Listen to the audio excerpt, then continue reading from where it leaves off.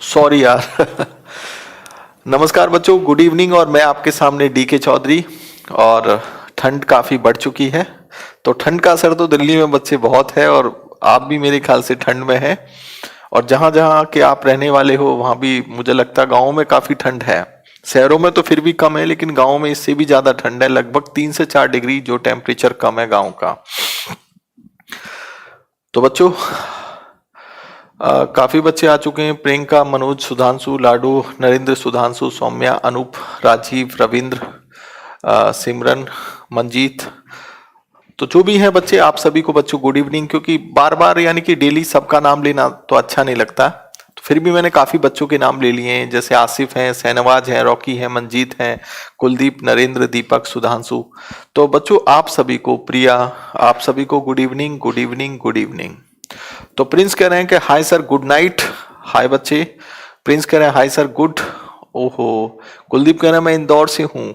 ठीक है। हाँ सर, ठंड तो बहुत है। मंजित कह रहे हैं कंसाइल एंड कमीशन में difference.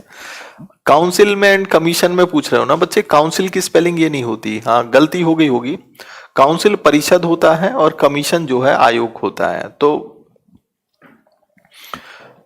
I am Begusarai. Prince sir मैं इटावा से हूं। चलो खैर ठीक है, आपका नाम ले लिया। आप शुरू करते हैं बच्चे। पहली बात तो ऐसे कितने बच्चे हैं जिन्होंने कल एग्जाम दिया था? यूपी पीसीएस 2019 का पेपर था। हालांकि थोड़ा पेपर जो था वो इजी नहीं था, मॉडरेट टू हार्ड था। यानी कि हम बहुत इजी पेपर नहीं कह सकते, लेकिन मॉडरेट टू हार्ड की तरफ तो आया है। यानी कि यूपी पीसीएस ने काफी बड़ा बदलाव भी किया है। और क्वेश्चनों में हालांकि जैसे एक आईएएस का पेपर आता कंसेप्चुअल बेस, तो कंसेप्चुअल की मात्रा जो है, कंसेप्ट की मात्रा बढ़ाई है यूपी पीसीएस ने। हालांकि फैक्ट फिर भी कम नहीं था, लेकिन स्टैंडर्ड थोड़ा सा यूपी पीसीएस का और भी ज्यादा सुधरा है। यानी कि इन्होंने जो पेपर दिया है वो मॉडरेट टू हाई लेवल का दिया है। तो कितने बच्चे जिन्होंने पेपर दिया था? राधे कह रहे हैं पेपर टफ था। मेरा भी नाम ले लो, राजेश का नाम ले लिया। अब जल्दी से हाथ खड़ा करो, किन किन बच्चों ने जो कल पेपर दिया था। अरे नालायक को हाथ खड़ा कर दो, बताओ। यस यस कहते जाओ कि मैंने पेपर दिया है। कितने बच्चों ने पेपर दिया था?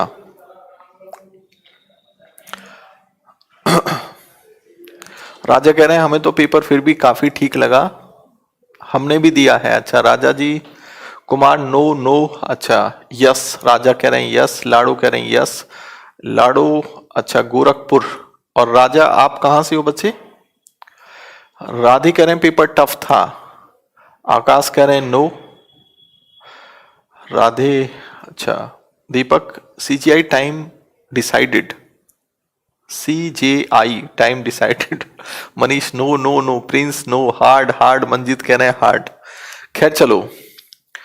तो बच्चों हालांकि 2018 का अगर हम कंपैरिजन करें 2019 के पीसीएस के पेपर से, तो 2019 का पेपर इस बार के मुकाबले काफी आसान था, लेकिन इस बार जो है पेपर मॉडरेट टू हार्ड की तरफ बढ़ा है। हम ये तो नहीं कह सकते कि बिल्कुल आईएएस की तरह आया था, क्योंकि आईएएस जो होता है वो इतना तो आसान खैर आईएएस नहीं बन पाता, लेकिन फिर भी यूपी पीसीएस ने पहले के मुकाबले ये पेपर हार्ड दिया है। और कहीं ना कहीं यूपी पीसीएस ने अपने पेपरों में सुधार भी किया है।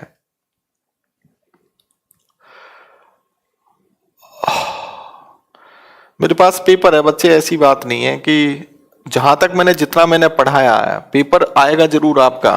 देखो मैं आपको बता देता हूं, हालांकि 14-15 लगभग क्वेश्चन थे मेरे पास, पेपर है ये। किस तरह के क्वेश्चन आए थे थोड़ा सा मैं 15-20 मिनट में डिस्कशन हल्का सा करा देता हूं, कि आप कैसे कह सकते हो कि नहीं आया। देखो एक क्वेश्चन था बच्चे इसमें जो आया था, भारतीय संविधान की 6ठी अनुसूची के प्रावधान निम्न में से किस राज्य में लागू होते हैं? The provision of the 6th schedule of Indian constitution are applicable in which of the following states? तो जो भी क्वेश्चन आए यूपी पीसीएस 2019 के, तो उसमें थोड़ा सा मैं बच्चे 15-20 मिनट में डिस्कशन करा देता हूं कि पॉलिटी के कौन कौन से आए थे। एक क्वेश्चन आया 9 शेड्यूल, इसका 6 शेड्यूल का क्वेश्चन पूछा गया है। 6 शेड्यूल, तो बच्चे 6 शेड्यूल की अगर हम बात करें, 6 शेड्यूल की 6ठी अनुसूची, आप 6ठी अनुसूची जानते हो कि जो असम है, जो मेघालय है, जो आपका त्रिपुरा है, और जो मिजोरम है,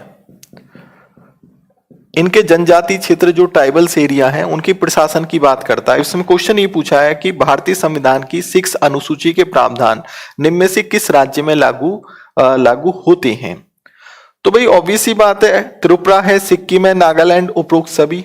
तो भाई सिक्किम तो नहीं है, नागालैंड भी नहीं है, तो त्रिपुरा तो है। तो आंसर क्या बन जाएगा, त्रिपुरा। ऑप्शन के हिसाब से त्रिपुरा इसका आंसर बनेगा। तो क्या मैंने ये 6 शेड्यूल नहीं पढ़ाया था, आपको बताया था कि असम, मेघालय, त्रिपुरा और मिजोरम के जो जनजाति क्षेत्र है उनके प्रशासन के रिगार्डिंग 6 शेड्यूल यानी कि 6ठी अनुसूची दिया हुआ है।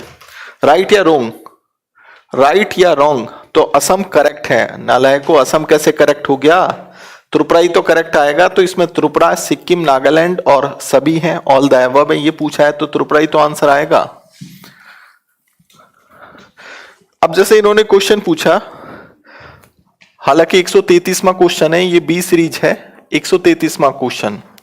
इसमें पूछा है कि धन विधेयक जो मनी बिल है, मनी बिल किस आर्टिकल में है। तो मनी बिल का मतलब होता है धन विधेयक।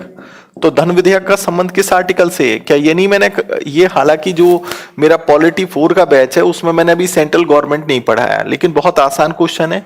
मनी बिल का जो आर्टिकल होता है बच्चे 110 होता है। कितना है, 110। तो ठीक है, 109 है, 110 है, 111, 112 है, तो आंसर 110 ही बनेगा। क्लियर। ये आपका जो क्वेश्चन था, ये था मेरे पास जो सीरीज है वो बी सीरीज है, और ये आपका 131 क्वेश्चन था बी सीरीज में।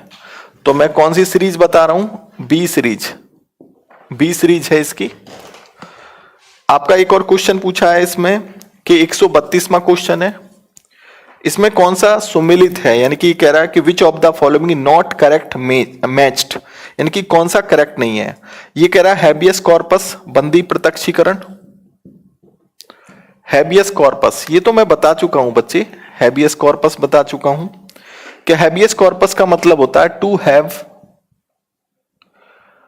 द बॉडी ऑफ, और ये मैंने बताया भी था, सशरीर उपस्थित होना। इसका मतलब क्या होता है, सशरीर उपस्थित होना, ये तो सही है। इसमें अगला बोला है मैंडेमस, मैंडेमस का मतलब होता है परमादेश। ये हैबियस कॉर्पस का मतलब क्या, बंदी प्रत्यक्षीकरण है। मैंडेमस का परमादेश, और इसका मतलब मैंने बताया भी था।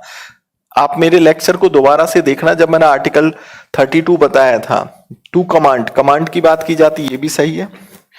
एक इसमें अधिकार परीक्षा दिया है क्यू वारंटो, क्यू वारंटो, और क्यू वारंटो का मतलब क्या होता है बच्चों, अधिकार परीक्षा।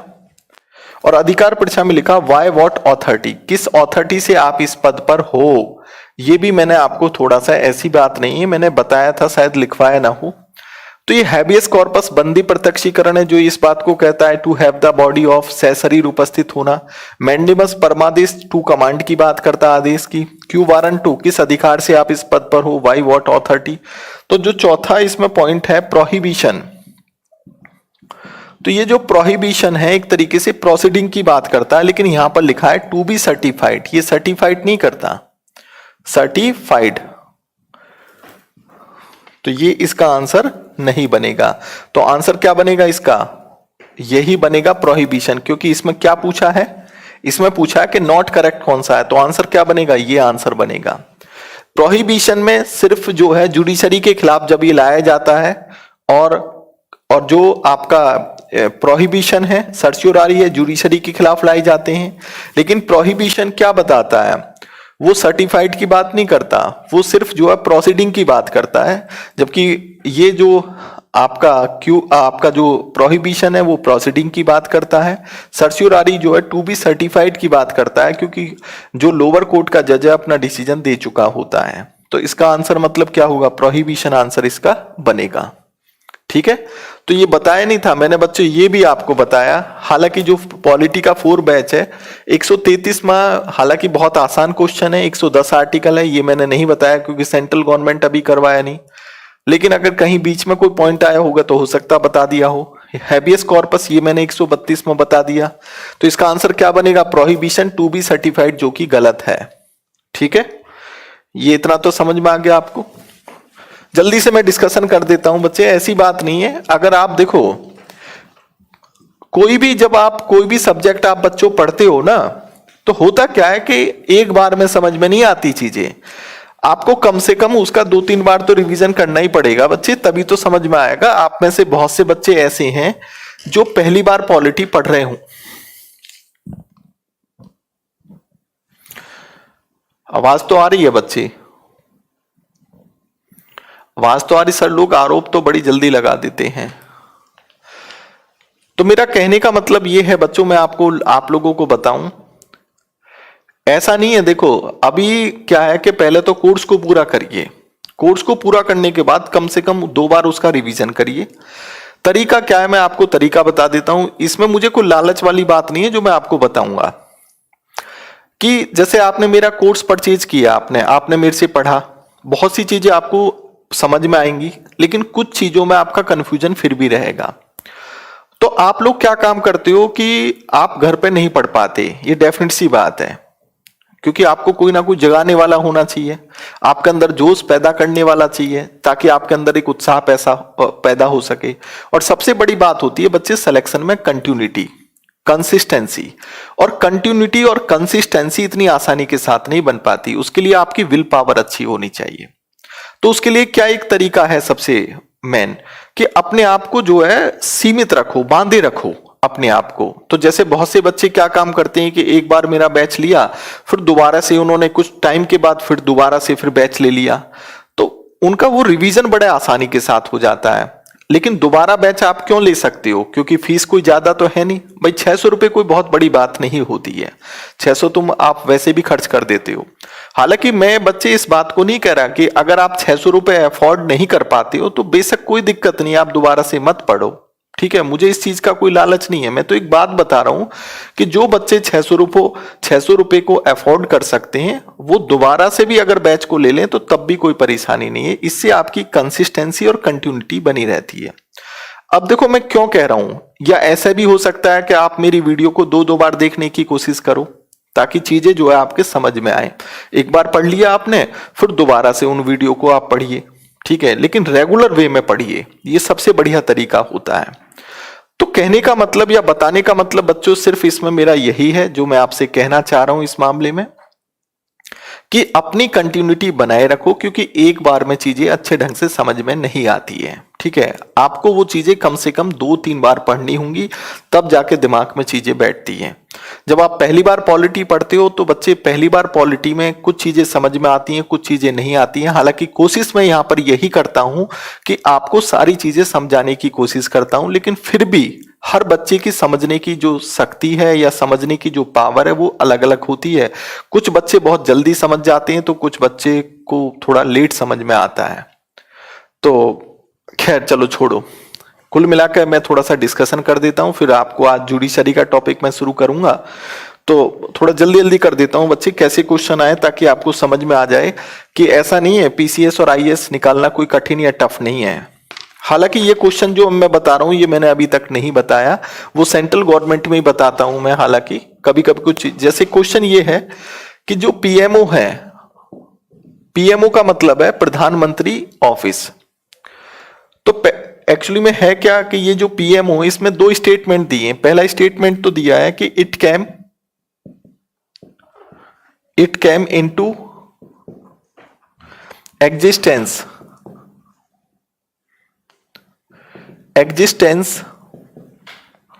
इन 1977। एक पॉइंट तो इन्होंने ये दे दिया।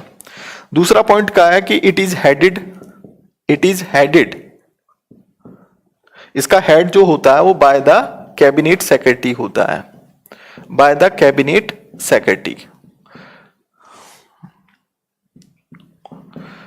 अब थोड़ा समझना बच्चे, 2 स्टेटमेंट दिए हैं, आपको बताना है कि कौन से स्टेटमेंट सही है। कि ये जो प्रधानमंत्री जो ऑफिस है, इसका जो अस्तित्व है, इसका जो एग्जिस्टेंस है वो 1977 में हुआ, यानी कि 1977 में इसको लाया गया, ठीक है। तो पहले तो ये बताना है कि पहला स्टेटमेंट सही है गलत है। तो पहला स्टेटमेंट बच्चे बिल्कुल सही है, क्योंकि देखो हुआ क्या था, हालांकि प्रधानमंत्री ऑफिस पहले भी था, लेकिन पहले इसको क्या बोलते थे 1977 से पहले, इसको पीएम सेक्रेटेरिएट बोलते थे। क्या बोलते थे? सेक्रेटेरिएट। तो पहले इसको सेक्रेटेरिएट बोला जाता था, पीएम सचिवालय 1977 से पहले।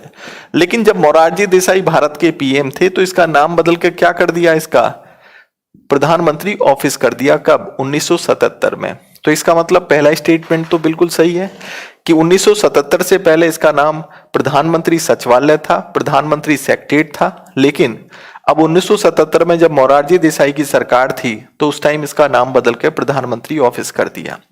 तो पहला स्टेटमेंट बिल्कुल सही। दूसरा कह रहा है कि it is headed by the cabinet secretary. ये कह रहा है कि इसका हेड कैबिनेट सेक्रेटरी होता है। तो ऐसा तो नहीं है बच्चे कैबिनेट सेक्रेटरी, इसका हेड कौन होता है? इसका हेड जो होता है खुद पीएम ही तो होता है। प्रधानमंत्री ऑफिस का हेड कौन होगा? पीएम होगा। तो इसका मतलब सेकंड स्टेटमेंट गलत है। तो हम क्या करेंगे, इसका आंसर क्या बनेगा? केवल 1 बनेगा। क्या बनेगा? केवल 1। समझ में आ गया? क्लियर हो गया? तो राजा जी कह रहे हैं कि सर मैं तो साफ साफ कह रहा हूं कि आपने सर जी जो भी बताया उसमें काफी सवाल आए हैं। नहीं बच्चे देखो, थोड़ा ऐसा भी होता है कि जब घुमा फिरा के क्वेश्चन पूछे जाते हैं ना, और खासकर आईएएस और पीसीएस में बच्चे, आईएएस में तो हमेशा घुमा के ही क्वेश्चन पूछे जाएंगे, लेकिन जब घुमा के क्वेश्चन पूछे जाते हैं ना तो वहां पर क्या है कि आप एक बार में पॉलिटी तैयार नहीं कर सकते। आपको जो मैंने लेक्चर दिए हैं उनको कम से कम 2-3 बार पढ़ना पड़ेगा, उनको थोड़ा बहुत कोरिलेट भी करना पड़ेगा, तब जाके चीजें जो है कंसेप्ट क्लियर हो पाता है। समझे कि नहीं समझे? हालांकि इतना मैं जरूर करूंगा कि मैं कोई टॉपिक अगर आपको बताऊंगा, टॉपिक में इतना जरूर है कि लगभग वो 95% आईएएस के लिए वो टॉपिक बिल्कुल पूरा हो जाएगा। ठीक है, 5% में बच्चे वो थोड़ी सी चीजें ऐसी आ जाती हैं कि भाई वहां से कभी कभी क्वेश्चन ऐसा आ जाता है कि भाई अगर मैं उसे बताऊं तो बताने में लगभग काफी टाइम लग जाता है। तो इसलिए कुछ चीजों को मैं थोड़ा छोड़ देता हूं, लेकिन फिर भी कोशिश मैं वो करता हूं कि जहां चीजें सबसे ज्यादा आने लायक होती हैं उन चीजों को या उन टॉपिकों को जरूर बताता हूं। खैर, हाँ बिल्कुल, करंट को जोड़कर बार बार रिवाइज करना जरूरी है, क्योंकि बच्चे मेंस के लिए बहुत जरूरी है। क्योंकि जब तक आप करंट की चीजों को उसके साथ नहीं जोड़ोगे तब तक चीजें जो है क्लियर नहीं हो पाती, लेकिन बार बार पढ़ना बहुत जरूरी है, कंसेप्ट तभी क्लियर होता है। खैर चलो, ये पहला पॉइंट ये समझ में आ गया आप लोगों को। तो जिन बच्चों ने पेपर दिया होगा उन्हें पता होगा कि कैसा क्वेश्चन आया है। ये 4 क्वेश्चन मैंने करवाए, फिर थोड़ा जल्दी बता देता हूं। फिर आपका 129वां क्वेश्चन है, ये भी अनुसूची से है कि भैया जो 11वीं शेड्यूल है, जो 11वां शेड्यूल है, ये मैंने बताया था 11वां शेड्यूल किससे संबंधित है भाई? रूरल लोकल गवर्नमेंट से संबंधित, रूरल जो पावर ऑफ क्या है, पावर्स ऑफ पंचायत है, यही तो है। जबकि 12वां क्या है? पंचायत, पावर ऑफ क्या, म्युनिसिपलिटी। उसमें कितने सब्जेक्ट हैं? 29 सब्जेक्ट हैं। तो इसमें कितने सब्जेक्ट ये 29, ये मैंने बताया है। तो ये क्वेश्चन आपका आ गया। तो इसका आंसर क्या आएगा? 22, 24, 29 या 32। तो इसमें 29 सब्जेक्ट है। तो ये क्वेश्चन हो गया आपका। आपको मैं बताऊं, देखो यहां से भी क्वेश्चन पूछा, ये भी मैं बता चुका हूं आपको। ठीक है, ये जो अगला क्वेश्चन है ये भी मैं बता चुका हूं आपको। आप अनुसूचियों वाले टॉपिक में जाना और देखना कि मैंने बताया नहीं बताया। 128वां क्वेश्चन है बच्चे, इसमें पूछा है निम्न में से कौन सा सही सुमिलित नहीं है? विच of the following is not correctly matched? कौन सा करेक्टली मैच नहीं है? जैसे इसमें बोला गया है कि भाई ये देखो पब्लिक हेल्थ है, क्या है? Public health. तो मैंने ये जो आपकी 7वीं अनुसूची बताई थी उसमें मैंने लिस्ट बताई थी, और लिस्ट में कुछ बताए थे कि जैसे पब्लिक हेल्थ किस लिस्ट का सब्जेक्ट है? भाई पब्लिक हेल्थ स्टेट लिस्ट में आता है, बिल्कुल सही। मैंने आपको बताया था सेंसस, सेंसस का मतलब क्या? जनगणना। ये क्या यूनियन लिस्ट में बताया था, आप देखना लिस्ट को उठा के, ये भी बिल्कुल सही है। अब आपको बताया था एंटी डिफेक्शन, एंटी डिफेक्शन दल बदल कानून। तो आप जानते हो कि दल बदल कानून किससे संबंधित है? 10 शेड्यूल से संबंधित है। ठीक है, लेकिन इसमें एक पूछा है कि allocation of seats, allocation of seats in the Rajya Sabha, यानी कि काउंसिल ऑफ स्टेट। राज्यसभा का मतलब है काउंसिल ऑफ स्टेट। तो इन्होंने यहां जानते हो क्या दे रखा है? यहां दे रखा है सेकंड शेड्यूल। क्या दे रखा है? Second schedule. तो अब बच्चों एक बात बताओ, इन्होंने पूछा है कि कौन सा करेक्ट नहीं है। भाई पब्लिक हेल्थ जो लोक स्वास्थ्य है वो किस में आएगा, स्टेट लिस्ट में आता है, बिल्कुल सही है। सेंसस का मतलब है जनगणना, इसके लिए कानून कौन बनाती है, संघ सरकार, ये भी सही है। एंटी डिफेक्शन दल बदल कानून किससे संबंधित है, 10वीं अनुसूची से, ये भी सही है। लेकिन allocation of seats in Rajya Sabha ये तो 4th शेड्यूल में है, तो ये गलत है, क्योंकि ये किस में है बच्चे, 4th शेड्यूल में है, क्योंकि ये किससे संबंधित है, 4th शेड्यूल से, जिसमें आपका allocation of seats in Rajya Sabha दिया है। तो इसका मतलब आंसर क्या आएगा, यही तो आंसर आएगा। क्लियर हुआ, समझे कि नहीं समझे?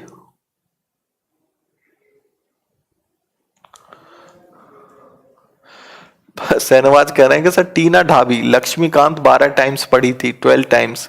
तो बच्चे तुम कह रहे हो कि भाई टीना ढाबी ने 12 टाइम्स पढ़ी थी, मैं तो आपसे कह रहा हूं कि मुझे भैया 3 बार पढ़ लेना बस। ये समझो कि सारे क्वेश्चन आपके क्लियर हो जाएंगे, ठीक है। तो मुझको सिर्फ 3 बार पढ़ लेना, 3 बार का मतलब है कि जैसे मेरी वीडियो को 3 बार देख लेना, ठीक है, सफिशिएंट है। तो ये क्लियर हो गया बच्चों। अब देखो अगला क्वेश्चन है, इसमें थोड़ा सा, अब जैसे एक क्वेश्चन है आपका बच्चे 124वां क्वेश्चन है सीएजी का। शायद सीएजी तो मैंने पढ़ा दिया आपको।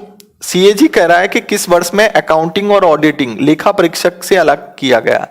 तो पहले आप जानते हो कि भाई आपने देखा होगा कि सीएजी का पहला काम क्या था, ऑडिटिंग का और अकाउंट का काम था, दोनों का। लेकिन ये कब अलग अलग हुआ, तो आपने देखा होगा कि 1976 में जो सीएजी एक्ट आया था, बताया था मैंने आपको ये, तो उसमें ऑडिट का काम तो किसके पास रहा, सीएजी के पास रहा, और अकाउंट का काम किसको दे दिया, सीजीए को, यानी कि कंट्रोल जनरल ऑफ अकाउंट। और ये क्या है, कॉम्प्ट्रोल अकाउंट, यानी कि control general of account.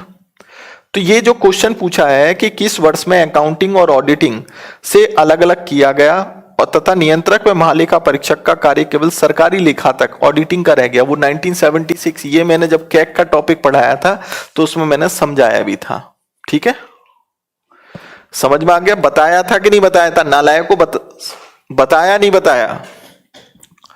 CAG का जब मैंने टॉपिक पढ़ाया था तो उसमें मैंने कहा था कि एक सीएजी एक्ट आया, पहले सीएजी का काम अकाउंट का भी था और ऑडिटिंग का भी था, लेकिन अकाउंट का काम एक सीजीए एक अलग से संस्था बन गई, और ये कब हुआ, 1976 में, ठीक है। समझे कि नहीं समझे, बताया था या नहीं था, मैंने बिल्कुल बताया जब मैंने कैक का टॉपिक पढ़ाया था, ठीक है। अब देखो इसमें बच्चे थोड़ा सा, अब एक दो जो क्वेश्चन है ना वो थोड़े से ट्रिपिकल है, यानी कि ये शायद एनसीईआरटी से इन्होंने दिया है, लेकिन उसमें आपका कंसेप्ट क्लियर होना चाहिए। अगर कंसेप्ट आपका क्लियर है तो बड़े आराम से आप क्वेश्चन कर दोगे। ये पेपर बच्चे देखो ऐसा पेपर था, इसमें कथन कारण के कंसेप्ट के लगभग 19-20 क्वेश्चन है, और जिन्होंने सही ढंग से पढ़ते हैं, जिनका कंसेप्ट क्लियर होता है, उनके 19-20 क्वेश्चन बिल्कुल करेक्ट जाएंगे वो, ठीक है, जो अलग अलग सब्जेक्ट के हैं। अब देखो इसमें क्वेश्चन पूछा है इन्होंने, एक कथन का है असर्शन का, असर्शन। हालांकि ऐसे क्वेश्चन मैंने बच्चे नहीं करवाए, मैं समझा देता हूं आपको। असर्शन का मतलब होता है कथन, ये खालकर ये आईएएस में पूछे जाते हैं। ये असर्शन क्या कह रहा है, ये ध्यान से सुनना, कि भारतीय संविधान का अनुच्छेद 30 अल्पसंख्यक वर्ग शब्द को परिभाषित नहीं करता।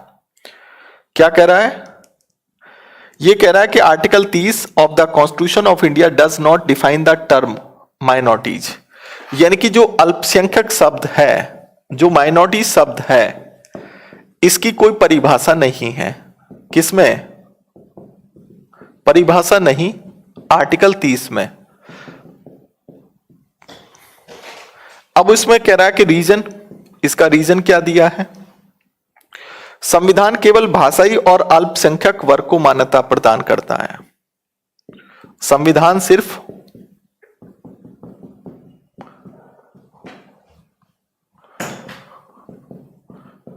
भाषाई और धार्मिक जो अल्पसंख्यक है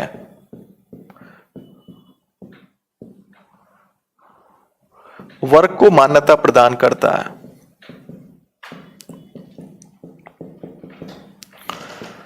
देखो बच्चों, हालांकि यहां पर आप खुद देख लेते, मैंने शायद हो सकता है वो ना क्लियर किया हो, कि जो आर्टिकल 29 है और आर्टिकल जब मैंने 30 पढ़ाया तो मैंने आपको ये बताया था कि आर्टिकल 29 और 30 ये माइनॉरिटीज के रिगार्डिंग है। माइनॉरिटीज में सिर्फ मैंने ये बताया कि जो 50% से ऊपर की आबादी जो होती है वो माइनॉरिटीज में आती है। जैसे हमारे देश में हिंदू जो है मेजॉरिटी में और अन्य धर्म के जितने भी लोग हैं वो माइनॉरिटीज में आते हैं। तो पहली बात तो जो असर्शन कहता है कि भाई जो अल्पसंख्यक जो आर्टिकल 30 में दिया है उसकी कोई परिभाषा डिफाइन नहीं है, तो बिल्कुल सही है, असर्शन बिल्कुल सही है। कोई परिभाषा अल्पसंख्यक की हमारे आर्टिकल 30 में नहीं दी गई। हालांकि आर्टिकल 30 किस बात को कहता है कि जो माइनॉरिटीज वाले होंगे उनके लिए अलग से इंस्टीट्यूशन बनाए जाएंगे, जो शैक्षणिक संस्थान बनाए जाएंगे उसकी तो बात करता है, और वहां अल्पसंख्यक की कोई परिभाषा नहीं दी गई है जब आर्टिकल 30 को ओपन करोगे, तो बिल्कुल सही है। अब ये रीजन में कह रहा है कि भाई ये देखो ऐसा इसलिए कहा गया क्योंकि जब रीजन लग गया तो क्योंकि संविधान सिर्फ भाषाई और धार्मिक अल्पसंख्यक वर्ग को मान्यता प्रदान करता है। तो ये हालांकि देखो आर्टिकल 30 में देखेंगे तो भाषाई और धार्मिक ये दोनों शब्द वहां हैं कि यानी कि संविधान सिर्फ भाषाई और धार्मिक अल्पसंख्यक वर्ग को मान्यता प्रदान करता है। ये भी बिल्कुल स्टेटमेंट यानी कि रीजन भी सही है, लेकिन ये अल्पसंख्यक की परिभाषा क्यों नहीं दी गई ये इसका स्पष्टीकरण नहीं है। तो इसलिए इसका जो आंसर बनेगा कि ए और आर दोनों सही हैं, तो हम इसको ए कहते हैं और हम इसको आर कहते हैं, तो ए और आर दोनों सही हैं, लेकिन जो रीजन है असर्शन की सही व्याख्या नहीं करता। सही है, तो इसका आंसर जो बनेगा इसके हिसाब से बी आंसर बनेगा। तो ये क्या कहता है कि both A and R are true but R is not the correct explanation of A. ठीक है, इतना समझ में आ गया। बस इतना समझो कि हमारा आर्टिकल 30 जो है वो अल्पसंख्यक की डेफिनेशन क्लियर नहीं करता है, कोई वहां डेफिनेशन नहीं दी है, और दूसरा वहां पर सिर्फ ये बोला गया कि संविधान सिर्फ भाषाई और धार्मिक अल्पसंख्यक वर्ग को मान्यता प्रदान करता है, यानी कि कह रहा है कि the constitution recognise only linguistic and religious minorities. Clear है? खैर चलो समझ में आ गया होगा आपको। एक अगला क्वेश्चन इन्होंने पूछा है,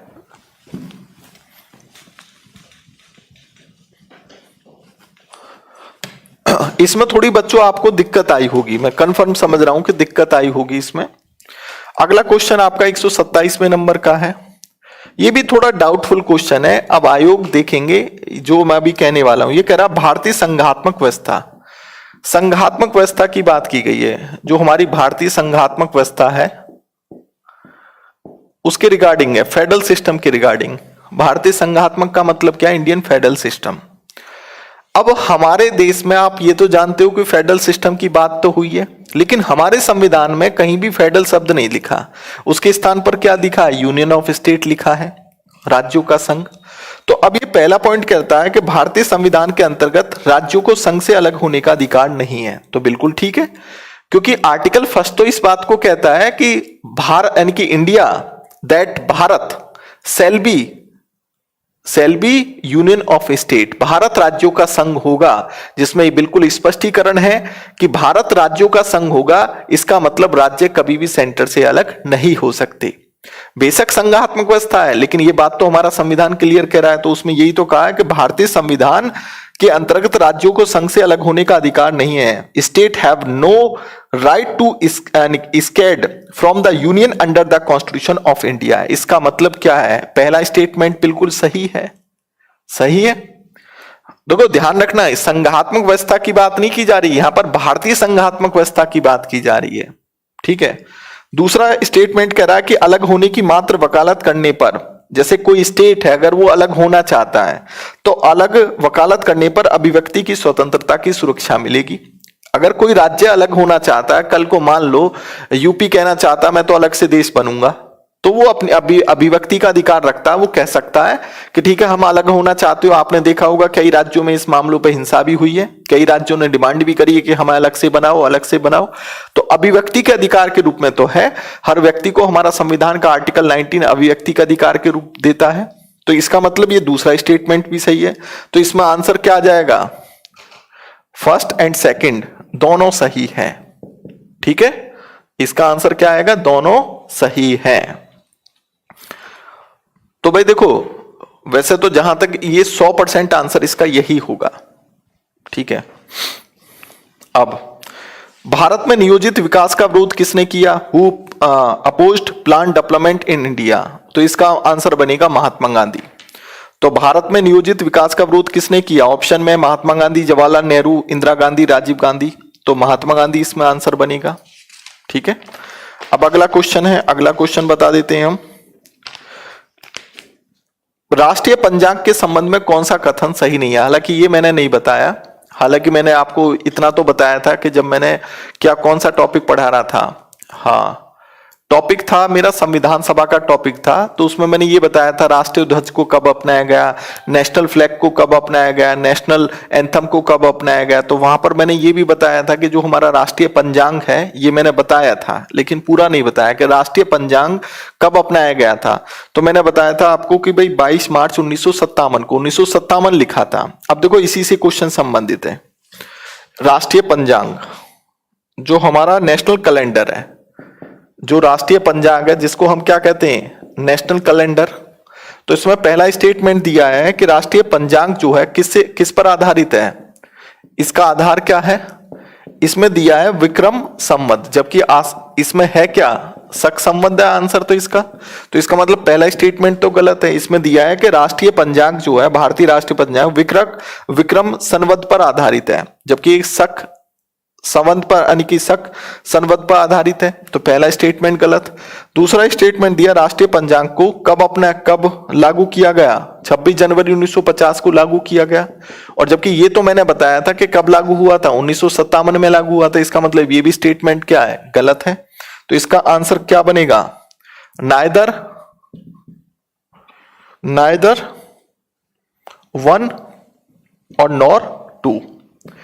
तो बच्चे हालांकि ये मैंने आधार नहीं बताया था, क्योंकि भाई देखो बहुत छोटी छोटी चीजें होती हैं, आपसे भी कुछ अपेक्षा की जाती है कि आप भी जो है थोड़ा सा जो है कि भाई ये थोड़ी बताऊंगा कि मैं आपको कि राष्ट्रीय ये जो हमारा राष्ट्रगान है वो किसने लिखा, आप सब लोग जानते हो।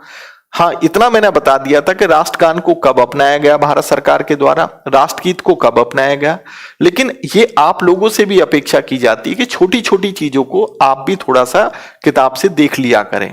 तो हालांकि इसमें मैंने आपको आधार नहीं बताया था, लेकिन यह बताया था कि इसको लागू कब किया गया था, 1957 में, जबकि ये कह रहा है सेकंड स्टेटमेंट 50 में, तो गलत है। तो ये तो आपको क्लियर हो गया। तो इसका जो आंसर बनेगा ना तो फर्स्ट ठीक है और ना ही सेकंड ठीक है, तो नाइदर 1 एंड नॉर 2 आएगा। क्लियर है? देखो राजा जी, जब क्या देशद्रोह की बात नहीं होगी जब कोई राज्य अलग होने की बात करेगा। तो देखो बिल्कुल देखो ऐसा है, मैं बताऊं कि अगर कोई अपने कल्चर के आधार पर अपने आप को अलग होने की बात करता है तो ये उनके पास, भाई आप धरने पे बैठ जाओ। ये तो है कि भाई अगर आप कोई भी, जैसे यूपी है और यूपी के बहुत सारे लोग जो है हिंसा प्रदर्शन करना शुरू कर दें और किसी तरीके से आक्रमण करना शुरू कर दें इस आधार पर, तो ये तो कहीं ना कहीं क्या देशद्रोह का मामला बनेगा। लेकिन आप अपनी अभिव्यक्ति के रूप में बच्चे आप धरने पे बैठ सकते हो, आप कहीं मार्च निकाल सकते हो कि भाई हम ये चाहते हैं कि ऐसा हो। तो अभिव्यक्ति के अधिकार में ऐसे कई बार जो है मांग उठी है। ठीक है, गोरखालैंड की क्या मांग बार बार नहीं उठती? क्या उठी है? कई बार उठी है। क्लियर है? वो इतिहास हालांकि अलग रहा है। चलो अब आगे का देख लेते हैं क्वेश्चन। अगला क्वेश्चन क्या है? एक क्वेश्चन इन्होंने दिया, native marriage act. Native marriage act कब आया? तो इसका आंसर 1872 है। इसको हिंदी में कहते हैं बच्चे, क्योंकि काफी बच्चे जो है कंफ्यूज में रहे होंगे, क्योंकि हिंदी में दिया ही नहीं है। इसको इंग्लिश और हिंदी में एक ही लिखा है, नेटिव मैरिज एक्ट। तो इसको भारतीय ईसाई विवाह अधिनियम कहते हैं। 1872 में ये लागू हुआ था और इसको अंग्रेजों के टाइम में लागू किया गया था। हालांकि ये जो मणिपुर, जम्मू कश्मीर और कोचीन में लागू नहीं था। कोचीन यानी कि मद्रास के क्षेत्रों में और मणिपुर में और जम्मू कश्मीर में इसको लागू नहीं किया गया था। इसका नाम है भारतीय ईसाई विवाह अधिनियम। तो इसका आंसर क्या बनेगा? 1872, 1872। क्लियर है? तो समझ में आ गया। तो ये क्वेश्चन थे, मेरे ख्याल से पॉलिटी के शायद यही क्वेश्चन है। कोई और भी क्वेश्चन हो तो मेरे से बच्चे पूछ लेना, शायद और भी इधर उधर होंगे तो बच्चे आप कंफर्म कर लेना मेरे से, कोई अगर क्वेश्चन बच रहा हो। खैर कुल मिला के बच्चे क्वेश्चन जो है आपका पिछली बार की जरा इतना आसान नहीं था, फिर भी ठीक क्वेश्चन दिए। एक क्वेश्चन था आपका, जैसे निम्न में से कौन सा भारत में सतत विकास लक्ष्यों के कार्यान्वयन के लिए एक नोडल एजेंसी है? विच of the following is nodal institution for implementation of sustainable development goals in India? तो नीति आयोग इसका आंसर है। इसका आंसर क्या बनेगा? निम्न में से कौन सा भारत में सतत विकास लक्ष्यों के कार्यान्वयन के लिए एक नोडल संस्था है? तो आंसर बनेगा नीति आयोग। ठीक है, और इसमें जैसे देख लेते हैं क्या है।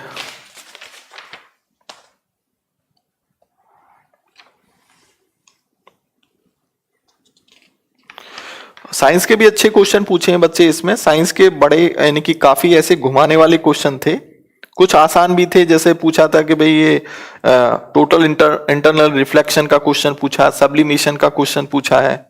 ठीक है, निम्न में से किस वस्तु के नमूने को हवा में खुला रखने पर कुछ समय पश्चात गायब? सब्लिमेशन कहते हैं, सबको पता है। उत्पादन। प्रकाश ऊर्जा का ऑप्टिकल फाइबर किस पर आधारित है? पूर्ण आंतरिक परावर्तन। बड़े आसान क्वेश्चन भी था ये।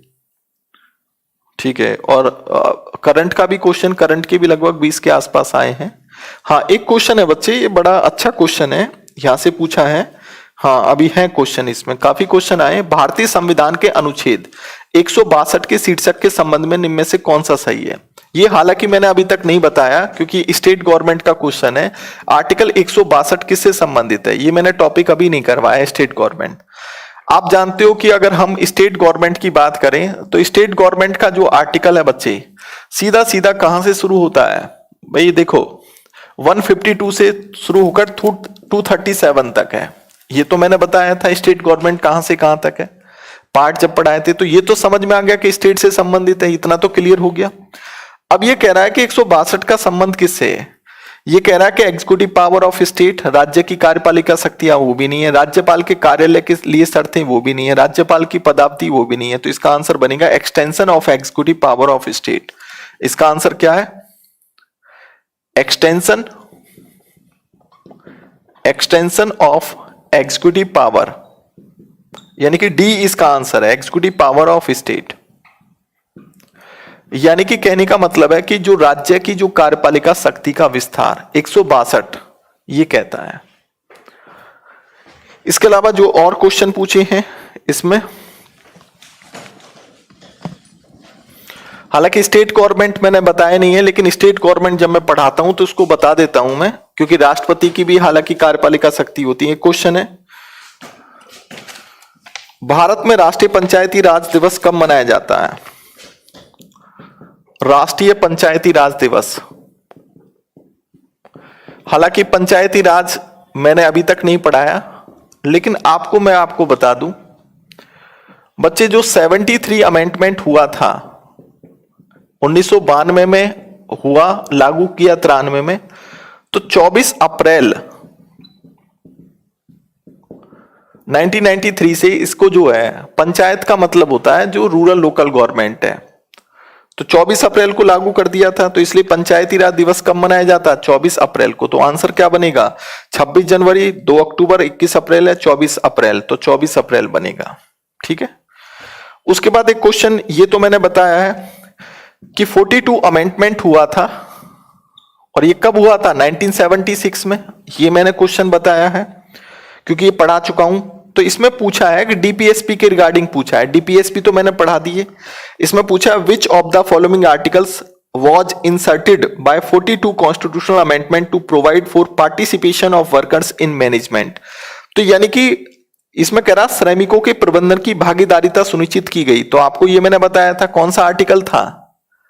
43A आर्टिकल था। तो ये तो मैंने ऑलरेडी करवाया जब मैंने डीपीएसपी पढ़ाया था। तो ये जो श्रमिकों की प्रबंधन में भागीदारिता आर्टिकल किस में है? 43A में है। तो आर्टिकल के रिगार्डिंग बच्चे 3 क्वेश्चन पूछे गए हैं, और जिनमें से मैंने 2 क्वेश्चन ऑलरेडी आप बता चुका है, और तीसरा क्वेश्चन ये इसलिए नहीं बता पाओगे क्योंकि ये मैंने अभी तक टॉप के आपका स्टेट गवर्नमेंट का नहीं करवाया है। अगर मैं करवा देता तो ये भी क्वेश्चन आपका कंफर्म में हो जाता। ठीक है, ये मैंने बताया है आपको। अगर आप रिवीजन नहीं करोगे तो ऑब्वियस सी बात है बच्चे, गलतियां ऐसी होंगी। ठीक है, खैर उसके बाद एक और क्वेश्चन है इसमें। हाँ, इसमें थोड़ा कंफ्यूजन होगा आपको। जैसे प्रेमबल से संबंधित क्वेश्चन पूछा। प्रेमबल का मतलब है प्रस्तावना, ये मैं पढ़ा चुका हूं। अब देखो यहां पर ये अगर थोड़ा सा दिमाग लगाओगे तो इसको कर सकते हो। अब ये क्वेश्चन था कि what is the legal nature of preamble of the constitution. हालांकि अगर मेरे लेक्चर को सही ढंग से सुनोगे तो इस क्वेश्चन को बड़े आराम से कर दोगे, क्योंकि कंसेप्ट बेस्ड क्वेश्चन है ये, कोई ऐसा नहीं है रट्टाफिकेशन हो। ये कह रहा है प्रेम्बल के रिगार्डिंग उसका विधिक स्वरूप, उसका लीगल नेचर ऑफ प्रेम्बल। पहला, ये लागू किया जा सकता है, इट इज इनफोर्सेबल। तो आप ये बताओ, मैंने कहा था कि प्रेम्बल फोर्सेबल नहीं है, पहली बात तो। क्या ये फंडामेंटल राइट की तरह जस्टिसिएबल है क्या? तो मैंने, क्योंकि केशवानंद का केस भी उदाहरण का एग्जांपल दिया था कि केशवानंद ने एक बात कही थी, केशवानंद केस में सुप्रीम कोर्ट ने, कि भाई देखो हमारे संविधान का जो मूल ढांचा है अगर वो प्रभावित होगा, ठीक है, तो वहां पर जो है सुप्रीम कोर्ट इंटरफेयर कर सकता है। लेकिन यह है कि संसद संविधान के किसी भी पार्ट में बदलाव कर सकती है। और आपने देखा कि 42 अमेंडमेंट हुआ 76 में, और हमारी प्रस्तावना में 3 वर्ड ऐड भी की गई। लेकिन मैंने एक बात खास कर कही थी कि ये इनफोर्सेबल नहीं होता प्रेम्बल। यानी कि अगर कुछ चीजें हटानी हो प्रेम्बल में से तो हटाई जा सकती हैं, या कुछ चीजें जोड़नी हो तो जोड़ी भी जा सकती हैं, ठीक है। लेकिन अगर संविधान का मूल ढांचा होगा प्रेम्बल का वो पार्ट, तो वहां पर कोई परिवर्तन नहीं हो सकता। ये चीजें मैंने बोली थी आपके सामने। तो पहली बात तो ये लागू किया जा सकता है, इनफोर्सिबल है। इसका विधिक स्वरूप, तो भाई ये लागू किया जा सकता है, इनफोर्सेबल की तो बात ही नहीं है। हाँ, जैसे हम फंडामेंटल राइट को कह सकते हैं कि इनफोर्सेबल है, लेकिन डीपीएसबी को तो हम इनफोर्सेबल नहीं कह सकते, क्योंकि वो तो राज्य को डायरेक्ट देता है या डायरेक्शन देता है। यह लागू नहीं किया जा सकता, ऐसे भी नहीं कह सकते। विशेष परिस्थितियों में लागू किया जा सकता है, हाँ इतना जरूर कह सकते हैं कि विशेष परिस्थितियों में इसको लागू किया जा सकता है। It may be enforced in special circumstances. अगर सपोज करो कि मतलब ये है कि सरकार ने कोई प्रेम्बल में जैसे कोई वर्ड है, ठीक है, और वो ऐसा वर्ड है कि भाई सरकार ने कहा इसके लिए हम कानून बनाना चाहते हैं, तो बना सकती है कानून। तो हम कह सकते हैं कि विशेष परिस्थितियों में इसको लागू किया जा सकता है। जैसे हम फंडामेंटल ड्यूटीज की बात करते हैं, कर्तव्य इनफोर्सेबल थोड़ी होते हैं जो आपके फंडामेंटल ड्यूटीज है, लेकिन उनके लिए विशेष परिस्थितियों में संसद कानून बना सकती है और उनको इनफोर्सेबल कर सकती है, ठीक है।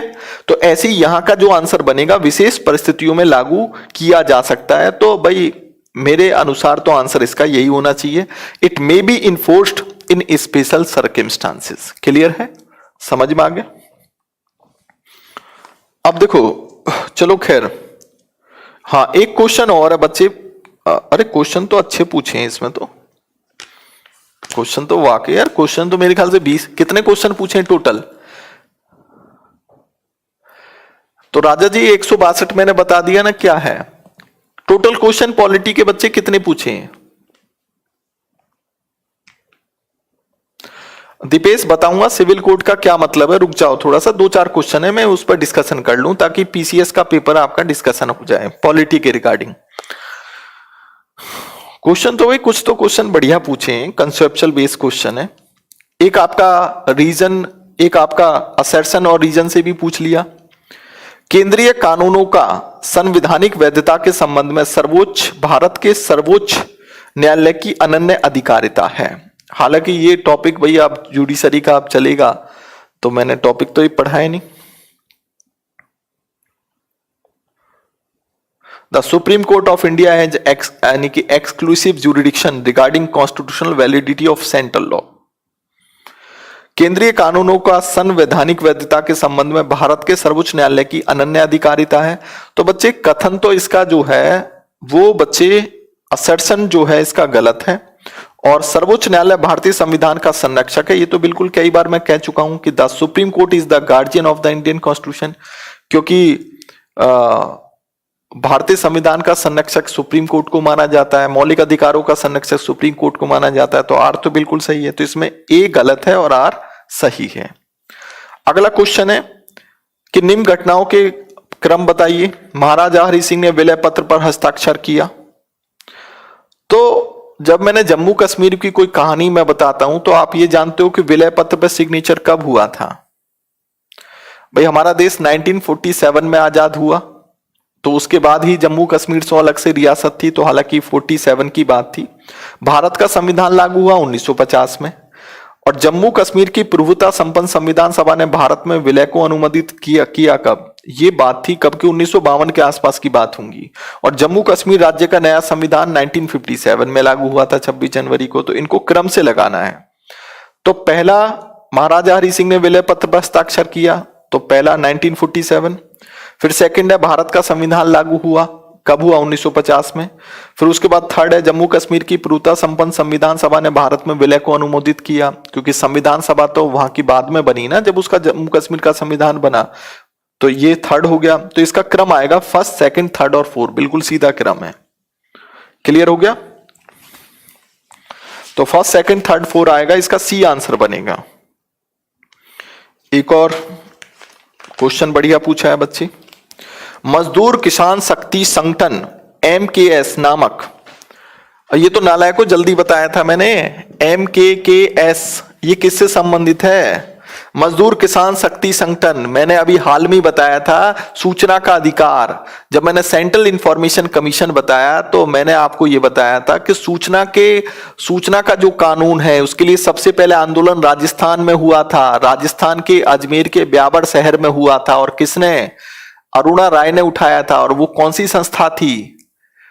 बताया था मैंने, बोला था मेरे लेक्चर को सुनना। वो संस्था थी मजदूर किसान शक्ति संगठन। मैंने बोला था कि अरुणा राय उसकी हेड थी। मजदूर किसान शक्ति संगठन 1997 की बात थी। तो पहली बार वहां राजस्थान में ये मुद्दा उठा था सूचना के अधिकार को लेकर। तो ये किससे संबंधित है? RTI अधिनियम से संबंधित है। तो ये किससे संबंधित है? RTI। तो इसका आंसर क्या बनेगा? RTI। क्लियर हुआ कि नहीं हुआ? किसने कहा कि भारत एक अर्धसंघात्मक राज्य है?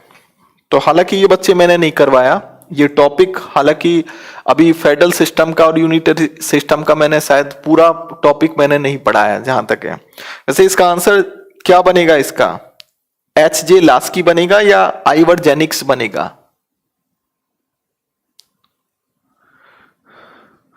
बताओ बच्चे। अरे क्वेश्चन तो यार बच्चे काफी पूछे हैं, इसका मतलब क्वेश्चन तो पॉलिटी के कई है भाई। लस्की लग रहा है, बिल्कुल लास्की यही बच्चे आंसर इसका HJ लास्की होगा। भारत क्वासी फेडरल है। भारत क्या है? एक क्वासी फेडरल है। तो इसका जो आंसर है, भारत क्या क्वासी फेडरल स्टेट है, तो इसका आंसर बच्चे क्या है? HJ Laski. क्या है? HJ लास्की, यही आंसर बनेगा। हालांकि ये मैंने बताया नहीं है बच्चे, मैं आपको बता दूं। हालांकि देखो ये क्वेश्चन भी मैं बता चुका हूं, जो अगला क्वेश्चन है। इसका मतलब क्वेश्चन तो 20-22 पूछ लिए हैं। इसका मतलब बहुत काफी क्वेश्चन है ये तो। क्वेश्चन है कि पर्यावरण the provision of the provision for the protection and improvement of environment and forest and wildlife, ये सीधा सीधा क्वेश्चन था बच्चे। ये कह रहा है कि इनकी बात जो पर्यावरण संरक्षण एवं संवर्धन तथा वन व वन्य जीवन की रक्षा के प्रावधान किए गए किसमें? DPSP में या फंडामेंटल ड्यूटीज में? तो बच्चे दोनों में किए गए। DPSP में भी इसकी बात की गई है, और DPSP में कहां बात की गई है? आपने देखा होगा एनवायरमेंट की बात कहां की गई है?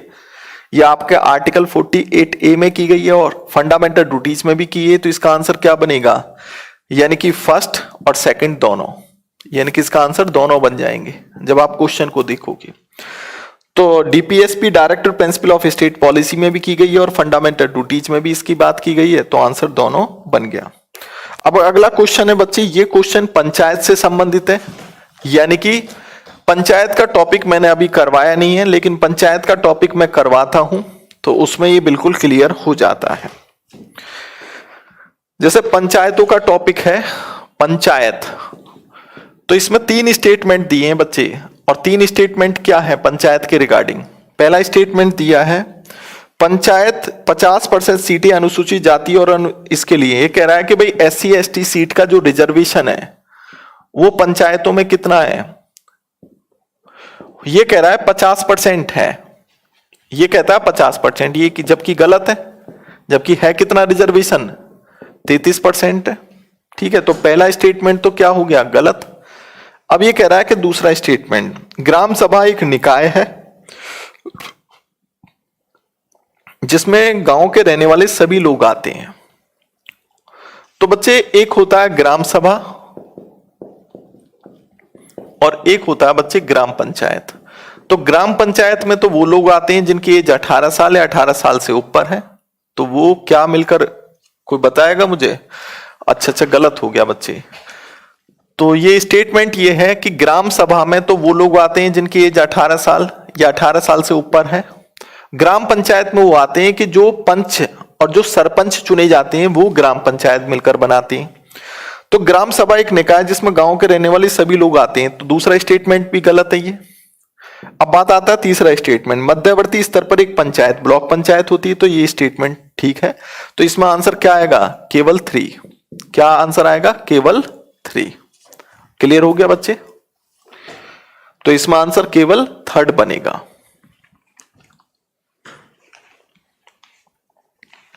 तो इसका मतलब बच्चे क्वेश्चन और भी हैं क्या इसमें? यही है, शायद यही है, और तो नहीं है। अब कितने क्वेश्चन आए मैं बता देता हूं। इसमें कितने क्वेश्चन बने हैं, 1 2 3 4, 4 के बाद 5 6 7 8 9 10।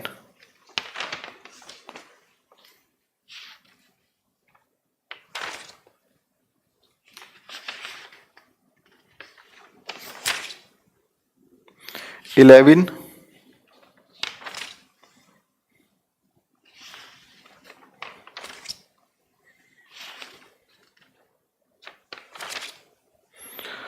12 13 14 15 16 17 18 19 20 21 22 23 23 क्वेश्चन आए बच्चे, और एक आध दो क्वेश्चन और भी हो सकता है, मैंने पूरा पेपर नहीं देखा। तो कुल मिलाकर बच्चे एक बात बताओ, 150 क्वेश्चन में से आपके लगभग ये मान के चलो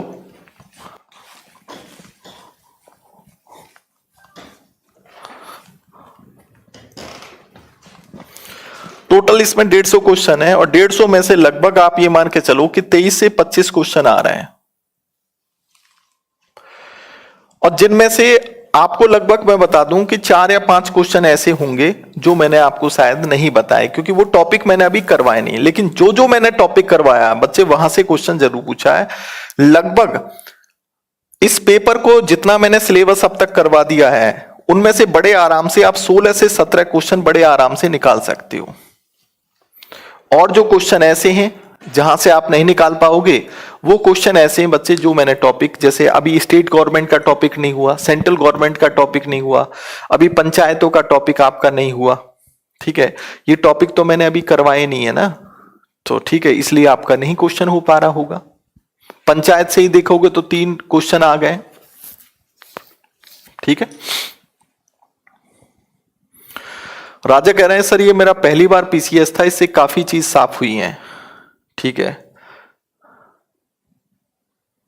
मंजिश कह रहे हैं छोटी छोटी बातें भी नोट। अरे बच्चे देखो, राष्ट्रीय ध्वज और राष्ट्रीय ये इस तरह की चीजें तो बच्चे आपसे भी थोड़ी बात अपेक्षा रखी जाती है। केसी व्हीलर सही आंसर है क्या?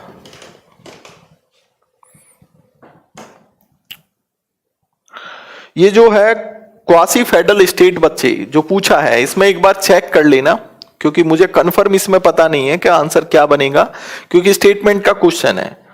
इसमें लास्की भी हो सकता है, इसमें केसी व्हीलर भी हो सकता है, वियर भी हो सकता है, कंफर्म नहीं हूं, लेकिन एक बार मैं चेक कर लूंगा कि क्या इसमें आंसर बनेगा। लेकिन जहां तक मुझे जो लग रहा है ना, वो लास्की लग रहा है इसमें, लेकिन फिर भी अगर कोई डाउट है तो मैं एक बार चेक कर लूंगा कि क्या इसका आंसर बनेगा। शिवम कह रहे हैं कि भाई सर डी ऑप्शन है, रॉकी, अच्छा डी आंसर बन रहा है क्या इसका? तो हो सकता है बच्चे डी आंसर हो, क्योंकि स्टेटमेंट का क्वेश्चन है, बहुत से स्टेटमेंट हमें याद नहीं रहते हैं, ठीक है। चलिए खैर अब मैं बता देता हूं। तो बच्चे पहली बात तो आप जिन बच्चों ने पेपर दिया था पीसीएस 2019 का, आप यहां जो लेक्चर मैं पॉलिटी का दे रहा हूं, पॉलिटी के लेक्चर से संतुष्ट हो? नालायकों, मैंने एक क्वेश्चन पूछा है आप लोगों से कि जो मैंने अब तक जितना भी टॉपिक आपको पढ़ाया है और जिन बच्चों ने पीसीएस 2019 का पेपर दिया है, वो आप सभी अब तक पढ़ाए हुए टॉपिक में से आप जो है सेटिस्फिकेशन है आप लोगों का?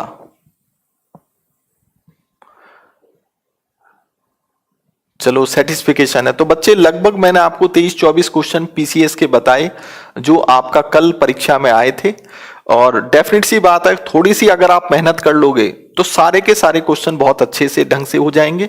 तो इसका मतलब आपकी जो क्लास है वो सही डायरेक्शन में चल रही है। ठीक है, एक आपको ये भी मिल गया कि भाई कैसे क्वेश्चन आते हैं। कुछ बच्चों ने एग्जाम दिए भी और देख भी लिया कि भाई जो मैं पॉलिटी पढ़ा रहा हूं उन पॉलिटी के क्वेश्चन आप कर पा रहे हैं या नहीं कर पा रहे हैं। लेकिन मैं इतना जरूर कह रहा हूं बच्चे, पहली बार जब कोई पॉलिटी पढ़ता है तो उसे थोड़ी दिक्कत आती है, लेकिन जब आप 2-3 बार मेरा लेक्चर देख लोगे ना तो फिर सारी चीजें आपकी कंसेप्ट क्लियर होना शुरू हो जाएगा। ठीक है, चलिए खैर अब शुरू करते हैं बच्चे। मैंने पहली बात तो अब जो आपकी पहली बात तो क्वेरीज है कुछ बच्चों की, जैसे दीपेश बार बार पूछ रहे हैं कि सर जी जैसे आपने इलेक्शन कमीशन सिविल कोर्ट बताया, ये सिविल कोर्ट क्या है? देखो, एक टॉपिक का नाम होता है क्वासी जुडिशियल बॉडी, जिसको अर्ध न्यायिक संस्था कहते हैं। तो मैंने लगभग आपको 30 तरह की संस्थाएं बताई, 30 संस्थाएं। एक तो एग्जीक्यूटिव बॉडी, एक स्टैच्यूटरी बॉडी और एक आपका संवैधानिक बॉडी। लेकिन इनको कहीं कहीं हम क्वासी जुडिशरी बॉडी भी कहते हैं। लेकिन क्वासी जुडिशरी बॉडी अर्ध न्यायिक संस्था कब बोला जाएगा? जब इनके पास सिविल कोर्ट जैसी पावर होंगी। सिविल कोर्ट का मतलब ये होता है कि जैसे सिविल केस होते हैं, पैसे का कोई केस है, ठीक है, कोई विवाह का केस है, इस तरह के केस सिविल कोर्ट में जाते हैं। तो सिविल कोर्ट का इस तरह का मामला होता है कि वो किसी सिविल पावर जो होती है वो किसी अधिकारी को सम्मन जारी कर सकता है, कोर्ट किसी अधिकारी को अपने कोर्ट में बुला सकता है, उससे पूछताछ कर सकता है। तो ये सिविल कोर्ट जैसी पावर होती है, इनको सिविल कोर्ट की पावर कहते हैं। कुछ संस्थाएं जैसे आपका इलेक्शन कमीशन है, सेंट्रल इंफॉर्मेशन कमीशन है, नेशनल ह्यूमन राइट कमीशन है, वुमेन कमीशन है, ठीक है, इनके पास सिविल कोर्ट जैसी पावर होती है, क्योंकि ये अपना काम जो करते हैं उन काम से संबंधित किसी भी अधिकारी को ये जो है अपने यहां पर बुला सकते हैं ऑफिस में, उससे पूछताछ कर सकते हैं, उससे संबंधित जो है कागज या जो भी डॉक्यूमेंट्स है वो ले सकते हैं, ठीक है, और उनको एक तरीके से जो है उनके खिलाफ कार्रवाई भी इनके द्वारा की जा सकती है। तो इसको सिविल कोर्ट जैसी कार्रवाई कहते हैं। उनके खिलाफ सम्मन भी जारी किया जा सकता है। तो इसको बच्चे जो दीपेश से समझ में आ गया, सिविल कोर्ट की पावर का मतलब ये होता है। क्या भूमि सुधार में कोर्ट में चैलेंज कर सकते हैं? तो बच्चे भूमि सुधार में बिल्कुल कर सकते हैं। हालांकि भूमि सुधार की बात जो है 9 शेड्यूल में डाल दी गई है और उसमें लगभग 284 जो है लगभग कानून है, या हम जैसे कह सकते हैं रूल है, 284 टू 84 या 282 है जो भी है। तो आपने देखा होगा कि बच्चे कोहितो केस आया था, ये कोहितो केस था 2007 का केस। तो कोहितो केस में स्पष्ट कर दिया था कि जो 9 शेड्यूल में जो भी नियम कानून लिखे हैं वहां कोर्ट न्यायिक यानी कि जुडिशली रिव्यू के थ्रू यानी कि न्यायिक पुनरावलोकन के थ्रू अगर हमारे संविधान का कहीं भी बेसिक स्ट्रक्चर अगर सीमित होता है तो वहां कोर्ट इंटरफेयर कर सकता है। तो हालांकि 9 शेड्यूल में वो चीजें डाली गई हैं जहां ये बोला गया कि कोर्ट वहां इंटरफेयर नहीं करेगा, लेकिन कोहितो केस में स्पष्ट कर दिया सुप्रीम कोर्ट ने कि भाई हम इंटरफेयर कर सकते हैं अगर केशवानंद केस के अनुसार हमारे बेसिक स्ट्रक्चर का उल्लंघन अगर कोई भी चीज करती है। ठीक है, हाँ बिल्कुल मंजीत जी, ये कोहिलो एंड तमिलनाडु केस वही है, इसको हम कोहिलो वर्सेस तमिलनाडु केस कहते हैं। ठीक है, दीपेश कह रहे हैं सर जी बट अच्छे पढ़ाते हो सर, मैं अपने 7 से बच्चों में सबसे अच्छे पॉलिटी पढ़ा हूं सर, ये आपसे यू आर बेस्ट। क्या मैं समझा नहीं बच्चे? सर जी आप बहुत अच्छे पढ़ाते हो सर, मैं अपने 7 के बच्चों में सबसे अच्छा पॉलिटी पढ़ा हूं सर जी, आपसे यू आर बेस्ट। अच्छा थैंक्स बच्चे। ठीक है, तो समझ में आ गया बच्चे। आज की डेट में अगर हम देखें तो 9 शेड्यूल में जितने भी कानून हैं वहां पर यह बोला गया है कि भाई वहां पर कोर्ट इंटरफेयर नहीं करेगा, लेकिन जब कोई तो केस आया तो उस केस में सुप्रीम कोर्ट ने स्पष्ट कर दिया कि हमको इंटरफेयर करने का पूरा अधिकार है अगर वो संविधान के मूल ढांचे को अगर प्रभावित करेगा। ठीक है, क्लियर हो गया, समझ में आ गया, क्लियर, चलो ठीक है, क्लियर है। अब और भी क्वेश्चन हो तो बच्चे अब पूछ लो मेरे से क्वेश्चन, क्योंकि वैसे भी अब आधे घंटे का टाइम बचा है यार।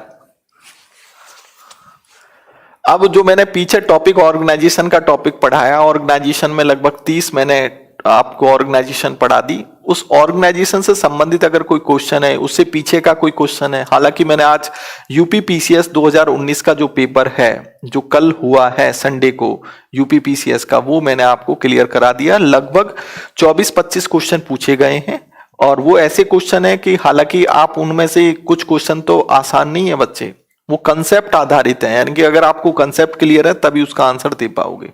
सर आपका करंट अफेयर्स का बैच कब आएगा? तो लगभग बच्चे 20 से 22 की डेट में करंट अफेयर्स का बैच आ रहा है मेरा, मैं आपको बता दूं। तो करंट अफेयर्स का बैच इसी महीने जो है 20 फरवरी के यानी कि 20 दिसंबर के आसपास आ जाएगा, 20-21 दिसंबर को। और जो मेरा पॉलिटी का जो नया बैच आएगा वो नेक्स्ट मंथ आएगा, लगभग 5 से 10 जनवरी के बिटवीन आएगा, यानी कि फर्स्ट वीक में आ जाएगा, जनवरी के फर्स्ट वीक में। तो जो बच्चे मेरा पॉलिटी के बैच का वेट कर रहे हैं तो वो थोड़ा सा रुकें, 15-20 दिन रुकें, क्योंकि जनवरी के फर्स्ट वीक में आएगा वो, राइट। लेकिन करंट अफेयर्स का बैच जो है वो अभी आने वाला है। और देखो करंट अफेयर्स की भूमिका कितनी बड़ी है, लगभग आप ये मान के चलो कि 22-23 क्वेश्चन तो करंट अफेयर्स के यूपी पीसीएस में पूछे गए हैं। कितने क्वेश्चन? 22-23 क्वेश्चन पूछे गए हैं, जब लगभग मुझे लग रहा है ज्यादा ही क्वेश्चन पूछे गए। करंट अफेयर्स तो बच्चे आप कांस्टेबल से लेकर आईएएस का कोई भी एग्जामिनेशन दे, किसी भी लेवल का एग्जाम दे, करंट अफेयर्स तो हर जगह इंपोर्टेंट है। करंट अफेयर्स के क्वेश्चन हमेशा पूछे जाते हैं। यूपी पीसीएस में करंट कैसे पढ़ें सर? तो मैं बता दूंगा ना तरीका, का करंट अफेयर्स का पढ़ने का क्या तरीका होता है, किस तरीके से, क्योंकि चीजें जोड़ी जाती हैं बच्चे करंट अफेयर्स में। शुभम कह रहे हैं कि सर दूसरे स्टेट वाले भी यूपी पीसीएस भर सकते हैं। बिल्कुल बच्चे, यूपी में कोई ऐसी दिक्कत नहीं है। कर्नाटक का हो, तमिलनाडु का हो, बिहार का हो, झारखंड का हो, वो कोई भी फॉर्म यूपी पीसीएस यानी कि उत्तर प्रदेश लोक सेवा आयोग का भर सकता है, वहां कोई ऐसी दिक्कत वाली बात नहीं है। जैसे अभी एमपी पीसीएस का फॉर्म निकला था तो उन्होंने कहा कि भाई वहां, हालांकि एमपी पीसीएस का भी जो पेपर है वो कोई भी अदर स्टेट का भर सकता है, लेकिन उन्होंने इस बार थोड़ा सा प्रॉब्लम क्रिएट कर दी कि वहां के पंजीकरण, वहां के जो है वहां का पंजीकरण होना जरूरी है। हालांकि वो ऑनलाइन पंजीकरण हो सकता था, तो काफी बच्चे भ्रमित रहे, लेकिन बाहर का बच्चा फिर भी यूएमपी पीसीएस का फॉर्म भर सकता था। 40% के आसपास पूछे गए, सब मिलाकर करंट अफेयर से। बिल्कुल बिल्कुल, जो अगर हम प्लानिंग वगैरह भी लगाए ना, सोशल एंड इकोनॉमिक डेवलपमेंट की प्लानिंग, तो बिल्कुल 40% के आसपास क्वेश्चन हो जाएंगे। सर वो are so lucky to have such a teacher like you, आप बहुत अच्छे पढ़ाते हो सर, तो थैंक्स बच्चे, धन्यवाद। खैर अब कोई क्वेश्चन हो तो बच्चे मेरे से पूछो, क्योंकि अब मेरा जो नया टॉपिक शुरू होगा, मैं आपको बता दूं कि अभी टॉपिक आपका जुडिशरी का बचा है। जुडिशरी के टॉपिक में मैं आपको कई चीजें क्लियर करवाऊंगा, जैसे मैं थोड़ा सा लिखवा देता हूं कि क्या क्या मैं पढ़ाऊंगा। हालांकि कुछ क्वेश्चन पूछ रहे हैं, कुमार साहब कह रहे हैं sir ex officio chairman of the north eastern council. देखो बच्चे, जो एक्स ऑफिशियो चेयरमैन है नॉर्थन ईस्टर्न काउंसिल का कौन होगा? मैंने आपको जो काउंसिल बताई, जो आपकी रीजनल काउंसिल थी, पहले 5 थी, फिर बाद में जो है 1972 में एक और काउंसिल आपकी आ गई, तो 6 काउंसिल हो गई। तो सभी काउंसिल का जो हेड होता है वो गृह मंत्री होता है सेंटर का, लेकिन इन सभी राज्यों के जो मुख्यमंत्री होते हैं वो इनके क्या होते हैं, एक तरीके से डिप्टी चेयरमैन कह लो या सदस्य के रूप में होते हैं। ठीक है। मंजित कह रहे हैं सर नीति आयोग बताएं। नीति आयोग में बच्चे इसको थिंक टैंक बॉडी कहते हैं, और एक तरीके से ये बहुत बड़ी बॉडी है और इंपॉर्टेंट बॉडी है, क्योंकि जितने भी हमारे रिसोर्सेज होते हैं हमारे भारत में, उन रिसोर्सेज का किस तरीके से यूटिलाइजेशन होगा, वो रिसोर्सेज को प्राथमिकता प्राइमरीली यानी कि किस तरीके से यूज किया जाएगा, तो इन सबको नीति आयोग ही तय करता है। और जितने भी हमारे प्रोग्राम या प्लानिंग जो भी बनते हैं, भारत सरकार कहीं ना कहीं नीति आयोग से उसको कंसल्ट करती है। ठीक है। और नीति आयोग का जो डिप्टी हेड तो पीएम ही होगा, डिप्टी हेड कौन होगा? जो भी होगा वो राजीव कुमार है इस टाइम, और उनको जो है कैबिनेट मंत्री के बराबर रैंक दी जाती है। और इसमें मेंबर भी होते हैं, कुछ परमानेंट और कुछ नॉन परमानेंट होते हैं। नीति आयोग 1 जनवरी 2014 को बच्चे 2015 को बना, ठीक है, इससे पहले इसको प्लानिंग कमीशन कहते थे। विष्णु कह रहे हैं सर 22 दिसंबर को पेपर है, जुडिशरी वाला टॉपिक करवा दो। तो करवा रहा हूं बच्चे, तुम परेशान मत हो। तो चलो जुडिशरी में मैं आपको बता दूं कि क्या क्या पढ़ाऊंगा। मैं आपको थोड़ा सा बता देता हूं जुडिशरी में कि क्या क्या मुझे पढ़ाना है। ठीक है,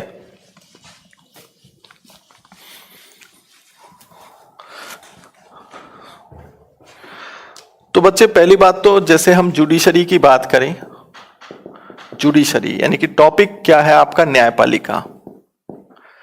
तो न्यायपालिका में बच्चे हम जो है क्या क्या पढ़ेंगे, अब पढ़ाने वाली बात देखते हैं। तो न्यायपालिका में बच्चे पहली बात तो हम सुप्रीम कोर्ट को पढ़ेंगे, हम इसमें हाई कोर्ट को पढ़ेंगे और हम पढ़ेंगे फिर डिस्ट्रिक्ट कोर्ट को। ठीक है, इसके अलावा हम अदर जो कोर्ट्स हैं उन पे भी डिस्कशन करेंगे, जैसे कि आपका ट्रिब्यूनल्स है। हालांकि ट्रिब्यूनल्स का टॉपिक जिसको हम न्यायाधिकरण कहते हैं ये हालांकि मैं पढ़ा चुका हूं, लेकिन फिर भी थोड़ा बहुत डिस्कशन करना चाहो तो करा दूंगा। फिर आपका यहां पर फैमिली कोर्ट है, क्या है, फैमिली कोर्ट, जिसको हम परिवार न्यायालय कहते हैं। फिर आपका कंज्यूमर कोर्ट भी है, क्या है, कंज्यूमर कोर्ट भी है। कंज्यूमर कोर्ट का मतलब होता है, फैमिली कोर्ट का मतलब होता है परिवार न्यायालय, कि भाई परिवार न्यायालय क्या है। इसमें फिर आपका उपभोक्ता कोर्ट क्या होता है, उपभोक्ता कोर्ट क्या है। इसके अलावा अगर हम देखेंगे तो इसमें जैसे लोक अदालत देखेंगे, फास्ट ट्रैक कोर्ट देखेंगे, लोक अदालत पढ़ेंगे, लोक अदालत,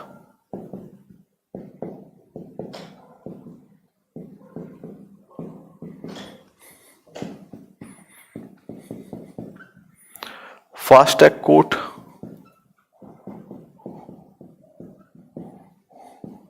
आपका ई कोर्ट, आजकल ई कोर्ट का काफी चलन चल रहा है। देन इसके अलावा अगर हम देखें तो ग्राम न्यायालय भी हैं और मोबाइल कोर्ट भी हैं, ग्राम न्यायालय और मोबाइल कोर्ट। मोबाइल कोर्ट क्या होते हैं और ग्राम न्यायालय क्या होते हैं।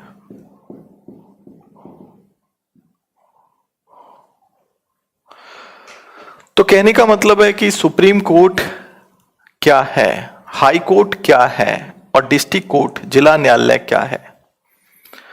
तो फोकस तो हालांकि क्योंकि काफी बड़ा टॉपिक है तो इन पे रहेगा, लेकिन जो अदर कोर्ट्स हैं, जो अन्य न्यायालय हैं, जैसे इन पे भी डिस्कशन कर लेंगे। ट्रिब्यूनल्स न्यायाधिकरण क्या होता है, फैमिली कोर्ट परिवार न्यायालय क्या है, कंज्यूमर कोर्ट उपभोक्ता कोर्ट क्या है, लोक अदालत क्या है, इस पे फास्ट ट्रैक कोर्ट क्या है, ई कोर्ट क्या है, मोबाइल कोर्ट क्या है, ग्राम न्यायालय क्या है।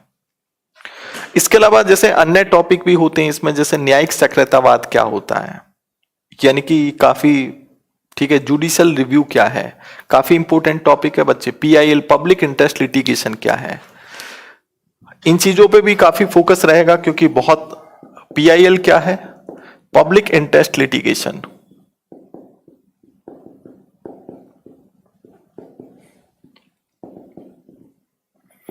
इसको कहते हैं बच्चे जनहित याचिकावाद।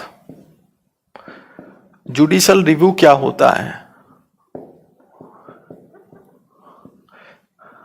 इसको कहते हैं न्यायिक पुनरावलोकन। तो कहने का मतलब ये है कि बच्चे अगर हम पीसीएस के माध्यम से देखें या आईएएस के उसमें देखें तो ये काफी इंपॉर्टेंट टॉपिक है, पीआईएल, जुडिशियल रिव्यू और इसके अलावा न्यायिक सक्रियतावाद, न्यायिक सक्रियतावाद।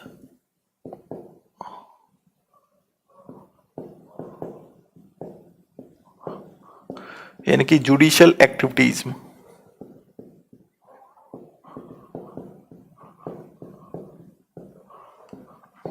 अखबार में रोज सुनते हो, इन पे भी विशेष फोकस करेंगे। तो पहली बात तो हम किन टॉपिकों पर फोकस करेंगे वो लिख लो आप। Supreme court, high court, district court, फिर अदर कोर्ट्स में क्या है, ट्रिब्यूनल्स हैं, फैमिली कोर्ट हैं, कंज्यूमर कोर्ट हैं, लोक अदालत हैं, फास्टैग कोर्ट है, ई कोर्ट है, मोबाइल कोर्ट है, ग्राम न्यायालय है। इसके अलावा जो अन्य टॉपिक हैं इसमें, जैसे कि पीआईएल पब्लिक इंटरेस्ट लिटिगेशन, जनहित याचिकावाद क्या है, न्यायिक पूर्णावलोकन जुडिशियल रिव्यू क्या है, न्यायिक सक्रियतावाद जुडिशियल एक्टिविटीज क्या है, बहुत इंपॉर्टेंट टॉपिक है ये। हो गया बच्चों, यहां तक लिखा?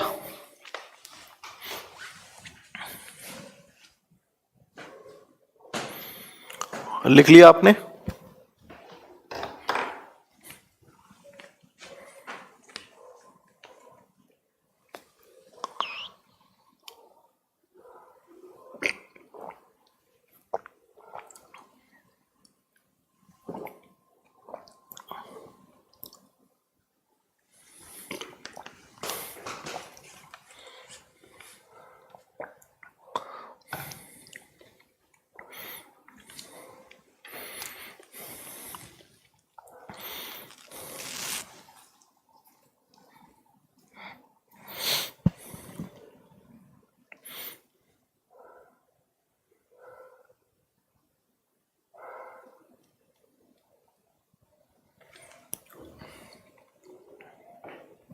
हो गया बच्चों, लिख लिया? अरे नालय को लिख लिया इतना, ये बताओ मुझे।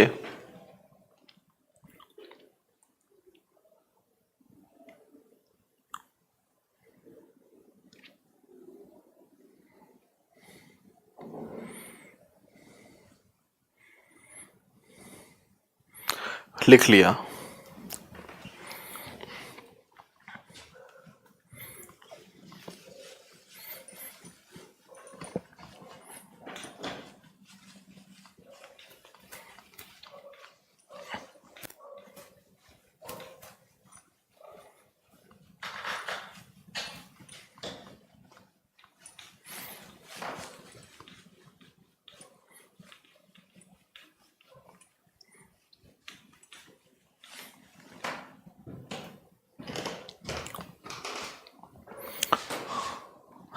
देखो बच्चों,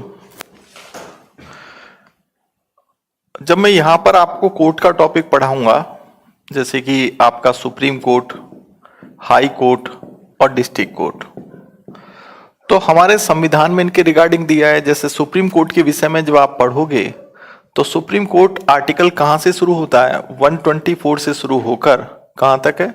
147 तक है। जब आप हाई कोर्ट के विषय में पढ़ोगे तो ये सुप्रीम कोर्ट जो है वो हमारे कौन से पार्ट में आता है? पार्ट 5 में आएगा। किसमें? 5 में। हाई कोर्ट जो है वो आर्टिकल कहां से कहां तक है? ये 214 से शुरू होगा और 200 कहां तक होगा? ये 32 तक होगा। और ऐसे डिस्ट्रिक्ट कोर्ट जो है वो आर्टिकल ये 233 से शुरू होकर 237 तक होगा। हालांकि ये हाई कोर्ट और डिस्ट्रिक्ट कोर्ट जो है हमारे कॉन्स्टिट्यूशन के किस पार्ट में है? ये पार्ट 6 में है। हमारे कॉन्स्टिट्यूशन के किस भाग में? 6 में। देखिए, ये जो सुप्रीम कोर्ट और हाई कोर्ट और डिस्ट्रिक्ट कोर्ट है, तो इसको तो हम सुप्रीम कोर्ट, हाई कोर्ट को तो हम हायर जुडिशरी कहते हैं और इसको सबऑर्डिनेट जुडिशरी कहेंगे। यानी कि ये जो हाई कोर्ट है और सुप्रीम कोर्ट है, इसको तो हम क्या कहते हैं? इसको तो कहते हैं हम हायर जुडिशरी।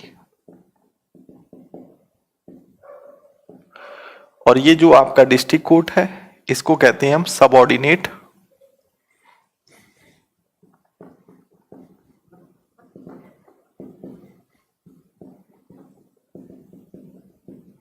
जुडिशरी। हायर का मतलब होता है उच्चतर न्यायपालिका और सबऑर्डिनेट का मतलब होता है अधीनस्थ न्यायपालिका। क्या कहेंगे इसको? अधीनस्थ न्यायपालिका।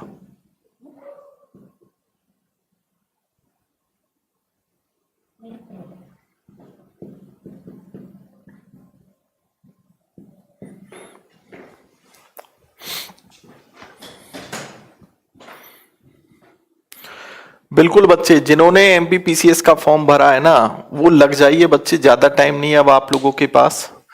एमपीपीसीएस को बच्चे एक बिल्कुल अब ऐसा समझो कि रात दिन एक कर दो, यानी कि 12-12, 14-14 घंटे की पढ़ाई करो कम से कम। एमपीपीसीएस बहुत आसान है, और खासकर देखो नेशनल ह्यूमन राइट एक्ट जो है, सेंट्रल इंफॉर्मेशन जो आपका सूचना का अधिकार अधिनियम है, सिविल राइट एक्ट है, और एससी एसटी एक्ट, इन चारों टॉपिकों को तो बहुत मजबूती के साथ करना है, क्योंकि यहां से लगभग 20 क्वेश्चन आपके, लगभग 10 से 12 क्वेश्चन इन्हीं चारों टॉपिक से आएंगे। और कुल मिलाकर पॉलिटी के क्वेश्चन और जोड़ दिए जाएं इसमें, तो लगभग मान के चलो कि बच्चे आपके ऐसे ही बैठेंगे 25-30 के आसपास क्वेश्चन।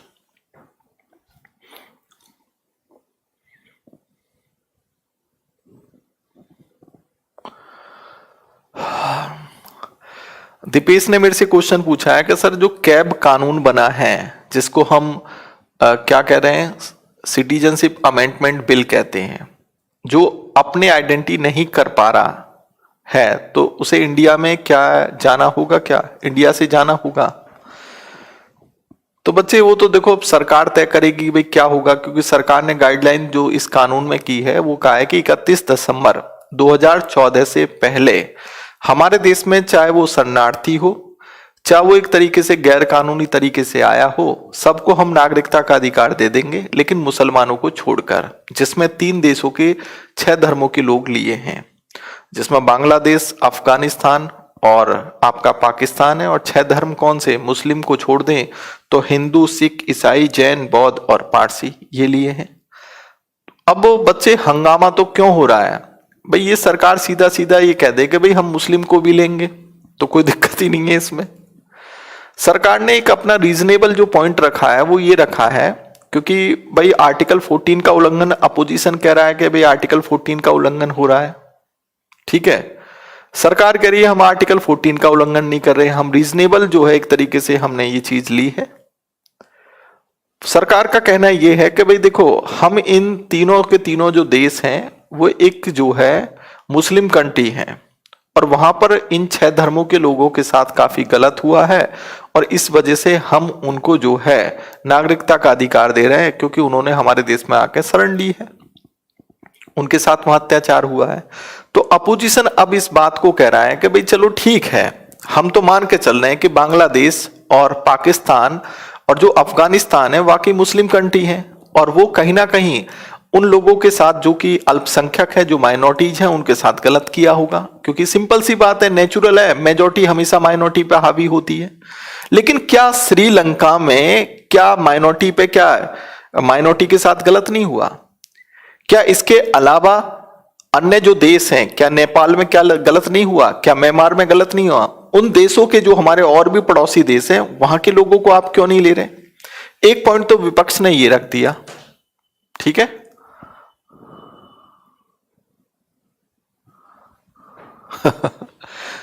राजा कह रहे हैं सर हमने तो 2009 में 10th किया है, हमें तो नागरिकता मिल जाएगी। तो बच्चे एक बात बताऊं मैं, दीपेश कह रहे हैं कि सर अगर मुस्लिम मेजॉरिटी मिल जाएगी तो सर सरकार को अपना फैसला बदलना पड़ेगा ना, क्योंकि सर इंडिया तो लोकतांत्रिक कंट्री। हाँ बच्चे यही बात आ रही है कि कहीं ना कहीं इससे अगर अंतर्राष्ट्रीय स्तर पर देखा जाए तो हमारे देश के प्रति जो लोगों की सोच है अन्य देश की, क्योंकि भारत एक डेमोक्रेटिक देश है, सोशलिज्म उसको सेकुलरिज्म को अपनाता है, जिसके लिए सभी धर्म समान है।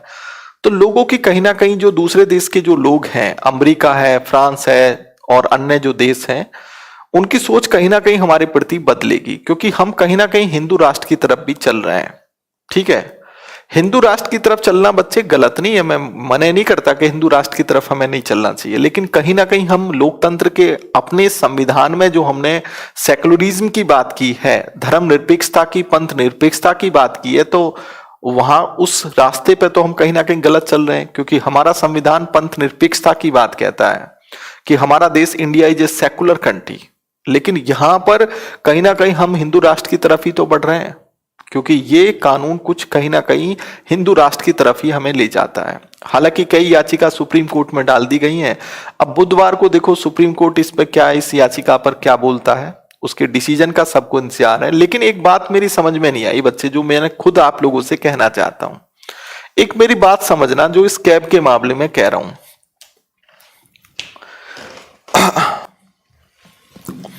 और आप लोगों से मेरा एक क्वेश्चन भी है।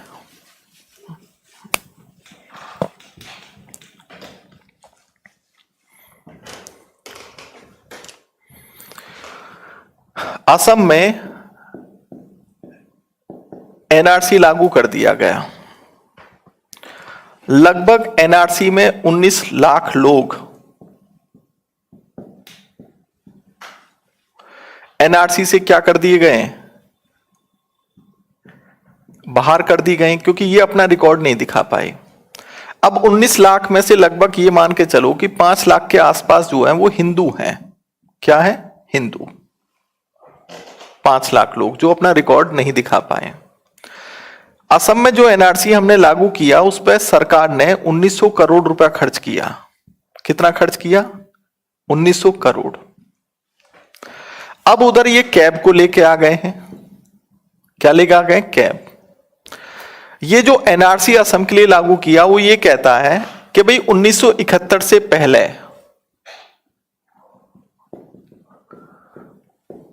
जो असम में आके बस गए वो तो वहां के क्या है, नागरिक माने जाएंगे, लेकिन 1971 के बाद जो भी आके असम में बसा है वो एक तरीके से वहां का नागरिक नहीं होगा, यानी कि भारत की वो सिटीजनशिप नहीं ले सकता।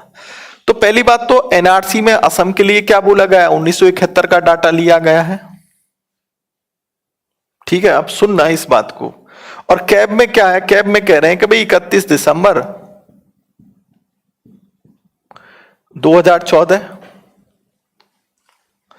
तो पहली बात तो अगर हम देखें 2014 में और 1971 में ये जो डिफरेंस आ रहा है वो 44 वर्ष का आ रहा है।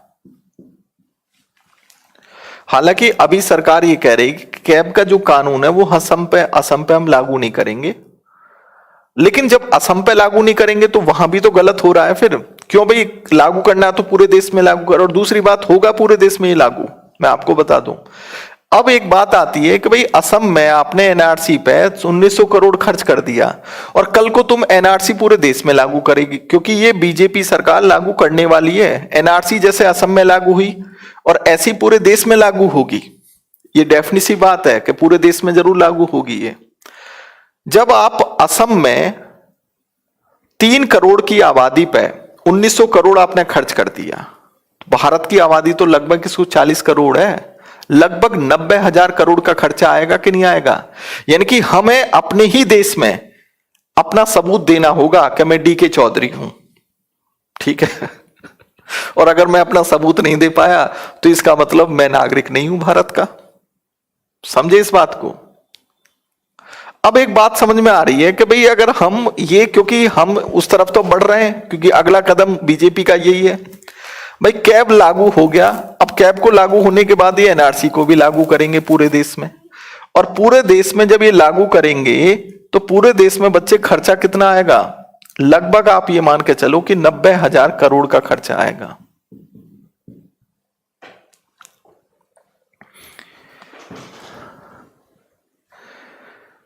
बच्चे एक बात आ रही है कि सरकार ने 1900 करोड़ असम में बिगाड़ दिए। किसका पैसा था वो? क्या मोदी साहब उस पैसे को बना रहे हैं?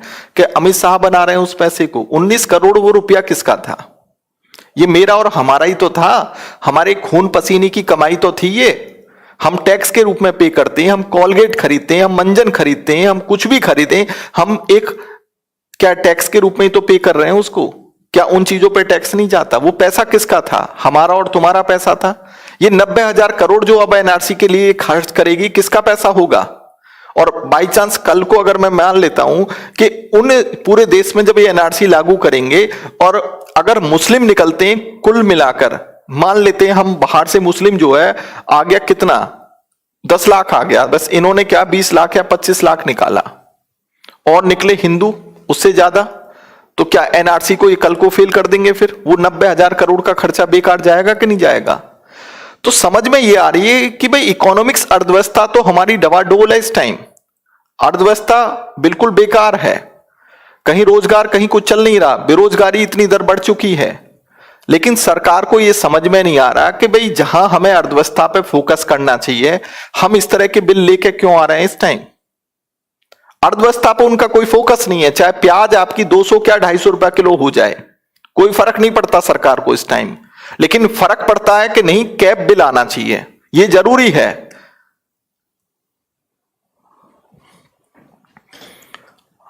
हालांकि ऐसी बात नहीं है बच्चे, मैं सरकार का समर्थन नहीं करता।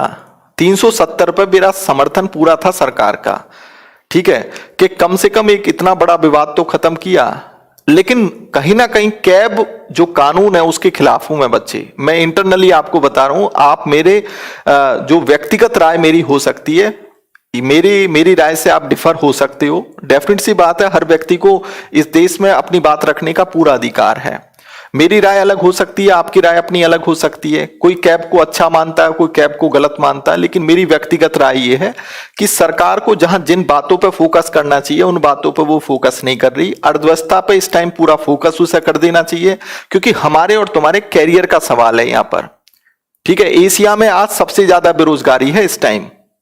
आज छोटा जो वर्ग है वो भूखा है इस टाइम, उसके पास कमाने के लिए पैसा नहीं है। छोटे छोटे उद्योग धंधे वैसी सरकार खत्म कर चुकी है। जीएसटी का इस बार फिर से बदलाव हो रहा है जीएसटी में।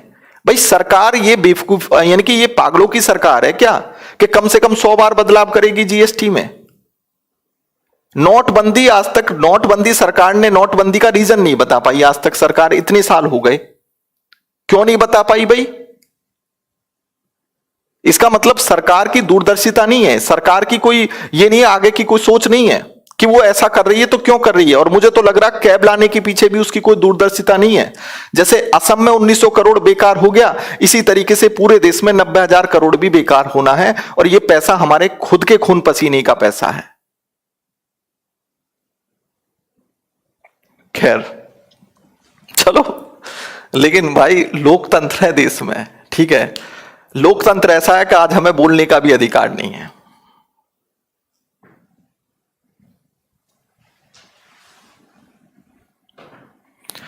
देखना, मैं आपको बता रहा हूं कि खुद सरकार मजबूर होगी, इसमें बदलाव खुद करके लाएगी इसमें, ठीक है। सरकार अभी चेंज करेगी। सरकार, मुझे इस सरकार की एक बात समझ में नहीं आई आज तक।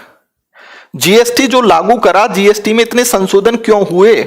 जब आप बिल्कुल, आपको जीएसटी इतना अच्छा कानून है, जीएसटी इतना बढ़िया बताया, तो जीएसटी में 100 बार क्यों बदलाव कर दिया? आप हर महीने पर, हर 2-4 महीने पर बदलाव क्यों करते हो आप जीएसटी में?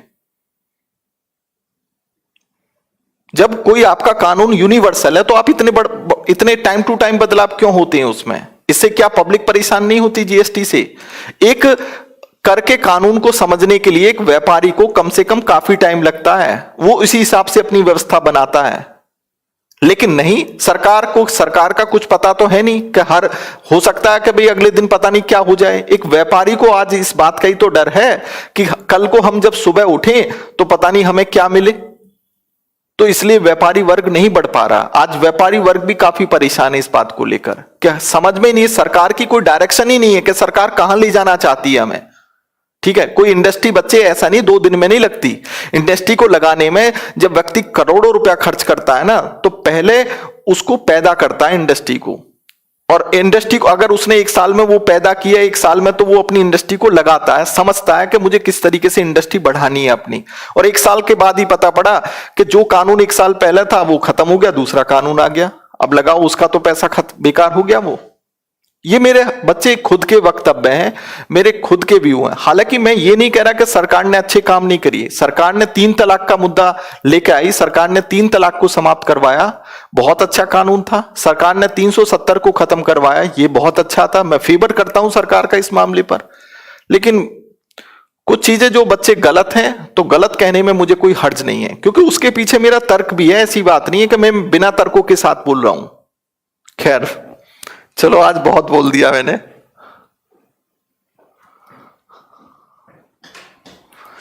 खैर कुछ बच्चे मेरे से नाराज भी हो गए होंगे कि सरकार तो सर तो आज सरकार के खिलाफ बोल रहे हैं। खैर बच्चों देखो, ये तो खैर हमारा संविधान हम सबको अभिव्यक्ति का अधिकार देता है, बोलने का अधिकार है, हर व्यक्ति अपनी अपनी बात रख सकता है। चलो खैर, कुल मिला के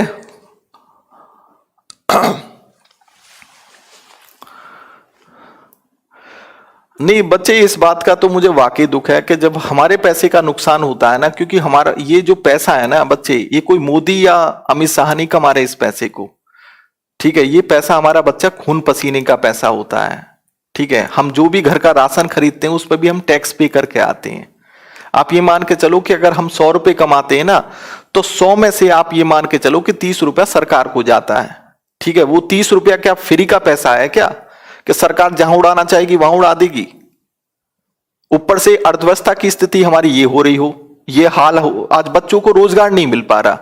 ठीक है, सरकारी नौकरियां जो सरकार निकाल नहीं रही उसमें भी कंजूसी करती हैं, और कम से कम लाखों नौकरियां सरकार ने खुद खत्म भी कर दी हैं। तो कहां जाएगा स्टूडेंट, कहां जाएगा? आप स्टार्टअप के नाम पे जो है आप क्या है उसे छोटा रोजगार कोई दे नहीं पा रहे, मैन्युफैक्चरिंग हब आप बना नहीं पा रहे। ठीक है, सरकारी नौकरी उसको दे नहीं रहे, तो भाई करेगा क्या स्टूडेंट? बेरोजगारी तो बढ़ेगी और क्या होगा।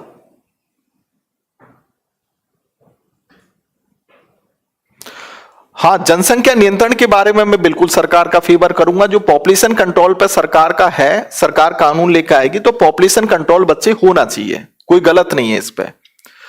पॉपुलेशन कंट्रोल बिल्कुल होना चाहिए। ठीक है, क्योंकि कहीं ना कहीं ये पॉपुलेशन जो है ये भी तो कहीं ना कहीं हमारे संसाधनों का मिसयूज हो रहा है, तो नियम कानून उसके लिए बनना चाहिए। एक बच्चे का या 2 बच्चे का बिल्कुल नियम कानून हो जाना चाहिए। कोई, मैं बिल्कुल सरकार का इस मामले पे फेवर करूंगा। जनसंख्या नियंत्रण का कानून बनना चाहिए, हालांकि ये बीजेपी के मैनिफेस्टो में है और उसका मैं खुलकर समर्थन करूंगा कि होना चाहिए। मैं सरकार के उस मामले में कोई विरोध में नहीं हूं। चलो बच्चे, 12 जनवरी से तो पहले हो जाएगा, चिंता मत करो। ठीक है, खैर कुल मिला के तो आज बच्चे मेरा भाषण सुन ही लिया आप लोगों ने। मंजीत कह रहे हैं सर 15 लाख रुपए जो अकाउंट में भी आया सर। चलिए खैर, कुल मिला के बच्चे तो खैर कैब में बस सिर्फ इतना, बच्चे देखो इतना कर ले वो। चलो खैर क्या बोलूं,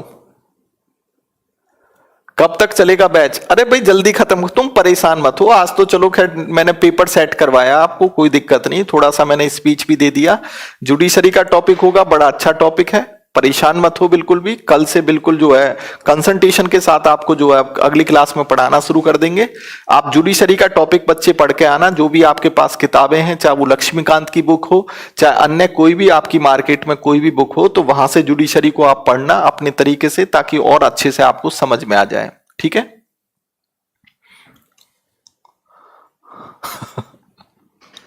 शहनवाज कह रहे हैं सर मैं तो रो देता हूं सर। हाँ 12 बच ये दिसंबर में बड़े आराम से खत्म कर दूंगा सिलेबस को, तो कोई दिक्कत नहीं है। मैं भागने की मेरी आदत नहीं है। ठीक है, हम अच्छा प्रियंका कह रही है कि हम सुन रहे हैं।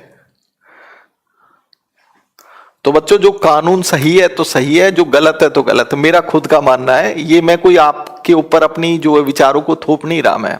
ठीक है, आप मेरे से डिफरेंट भी विचार रख सकते हो, कोई दिक्कत नहीं है, क्योंकि हर व्यक्ति का डिफरेंट विचार हो सकता है। कुछ चीजें सरकार के समर्थन में भी है तो कुछ विपक्ष में भी है, ऐसी बात नहीं है। ठीक है, इससे कहीं ना कहीं देखो एक बात मैं बता दूं बच्चे, हमारा देश हिंदू राष्ट्र की तरफ बढ़ रहा है कहीं ना कहीं इस कानून से। दूसरे देशों में ये चीज कहां तक जा रही है, खुद सरकार जो है बस इस बात पे टिकी हुई है कि कुछ भी हो हमें ये कानून लागू करना है। चाहे दूसरे देशों में हिंदू राष्ट्र की तरफ जाएं या हम किसी भी राष्ट्र की तरफ जाएं, तो कहीं ना कहीं जो एक सेकुलरिज्म है हमारे देश का, जो धर्मनिरपेक्षवाद है, वो कहीं ना कहीं कमजोर हो रहा है इससे। ये अंतरराष्ट्रीय मार्केट में इस चीज का फर्क पड़ेगा।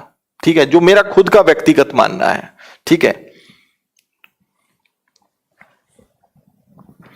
चलिए खैर, तो खैर नेक्स्ट क्लास में आपका जुडिशरी का पढ़ाएंगे कुल मिला के। ठीक है, और 90,000 करोड़ खर्च करवाने के लिए आप तैयार रहिए, क्योंकि सरकार के पास इतना पैसा है कि सरकार जो है वो अन्य कामों के लिए इतना पैसा नहीं दे सकती, लेकिन हाँ एनआरसी के लिए वो 90,000 करोड़ रखती है। और 90,000 करोड़ बच्चे कोई ज्यादा बड़ी रकम थोड़ी है, बहुत छोटी सी रकम है। 90,000 करोड़ कोई ज्यादा रकम थोड़ी है। ठीक है, सरकार की चुटकियों का खेल है। जानते हो कितना बड़ा अमाउंट है 90,000 करोड़? इकोनॉमी की में अगर डाल देना तो बहुत बड़ा कदम उठा सकती है सरकार, लेकिन नहीं, वो एनआरसी पे खर्च करेगी 90,000 करोड़। खैर देखते हैं हम। चलिए खैर बच्चे, नेक्स्ट क्लास में मिलते हैं आपको इसी जुनून और जोश के साथ। ठीक है, और कल का टॉपिक आपका जो होगा वो जुडिशरी का टॉपिक होगा। तो बच्चे अब क्लास को हम ऑफ करते हैं। ठीक है, ठंड काफी बढ़ चुकी है, अपना अपना बच्चे जो है ख्याल रखें, जो भी इस टाइम रजाई में बैठे हुए हो। ठीक है और ठंड के मौके पर पढ़ाई भी बहुत अच्छी होती है बच्चे, पढ़ाई करते रहो मजे के साथ। ठीक है बच्चे, रखते हैं। चलिए गुड नाइट बच्चे, गुड इवनिंग, गुड नाइट, जय हिंद।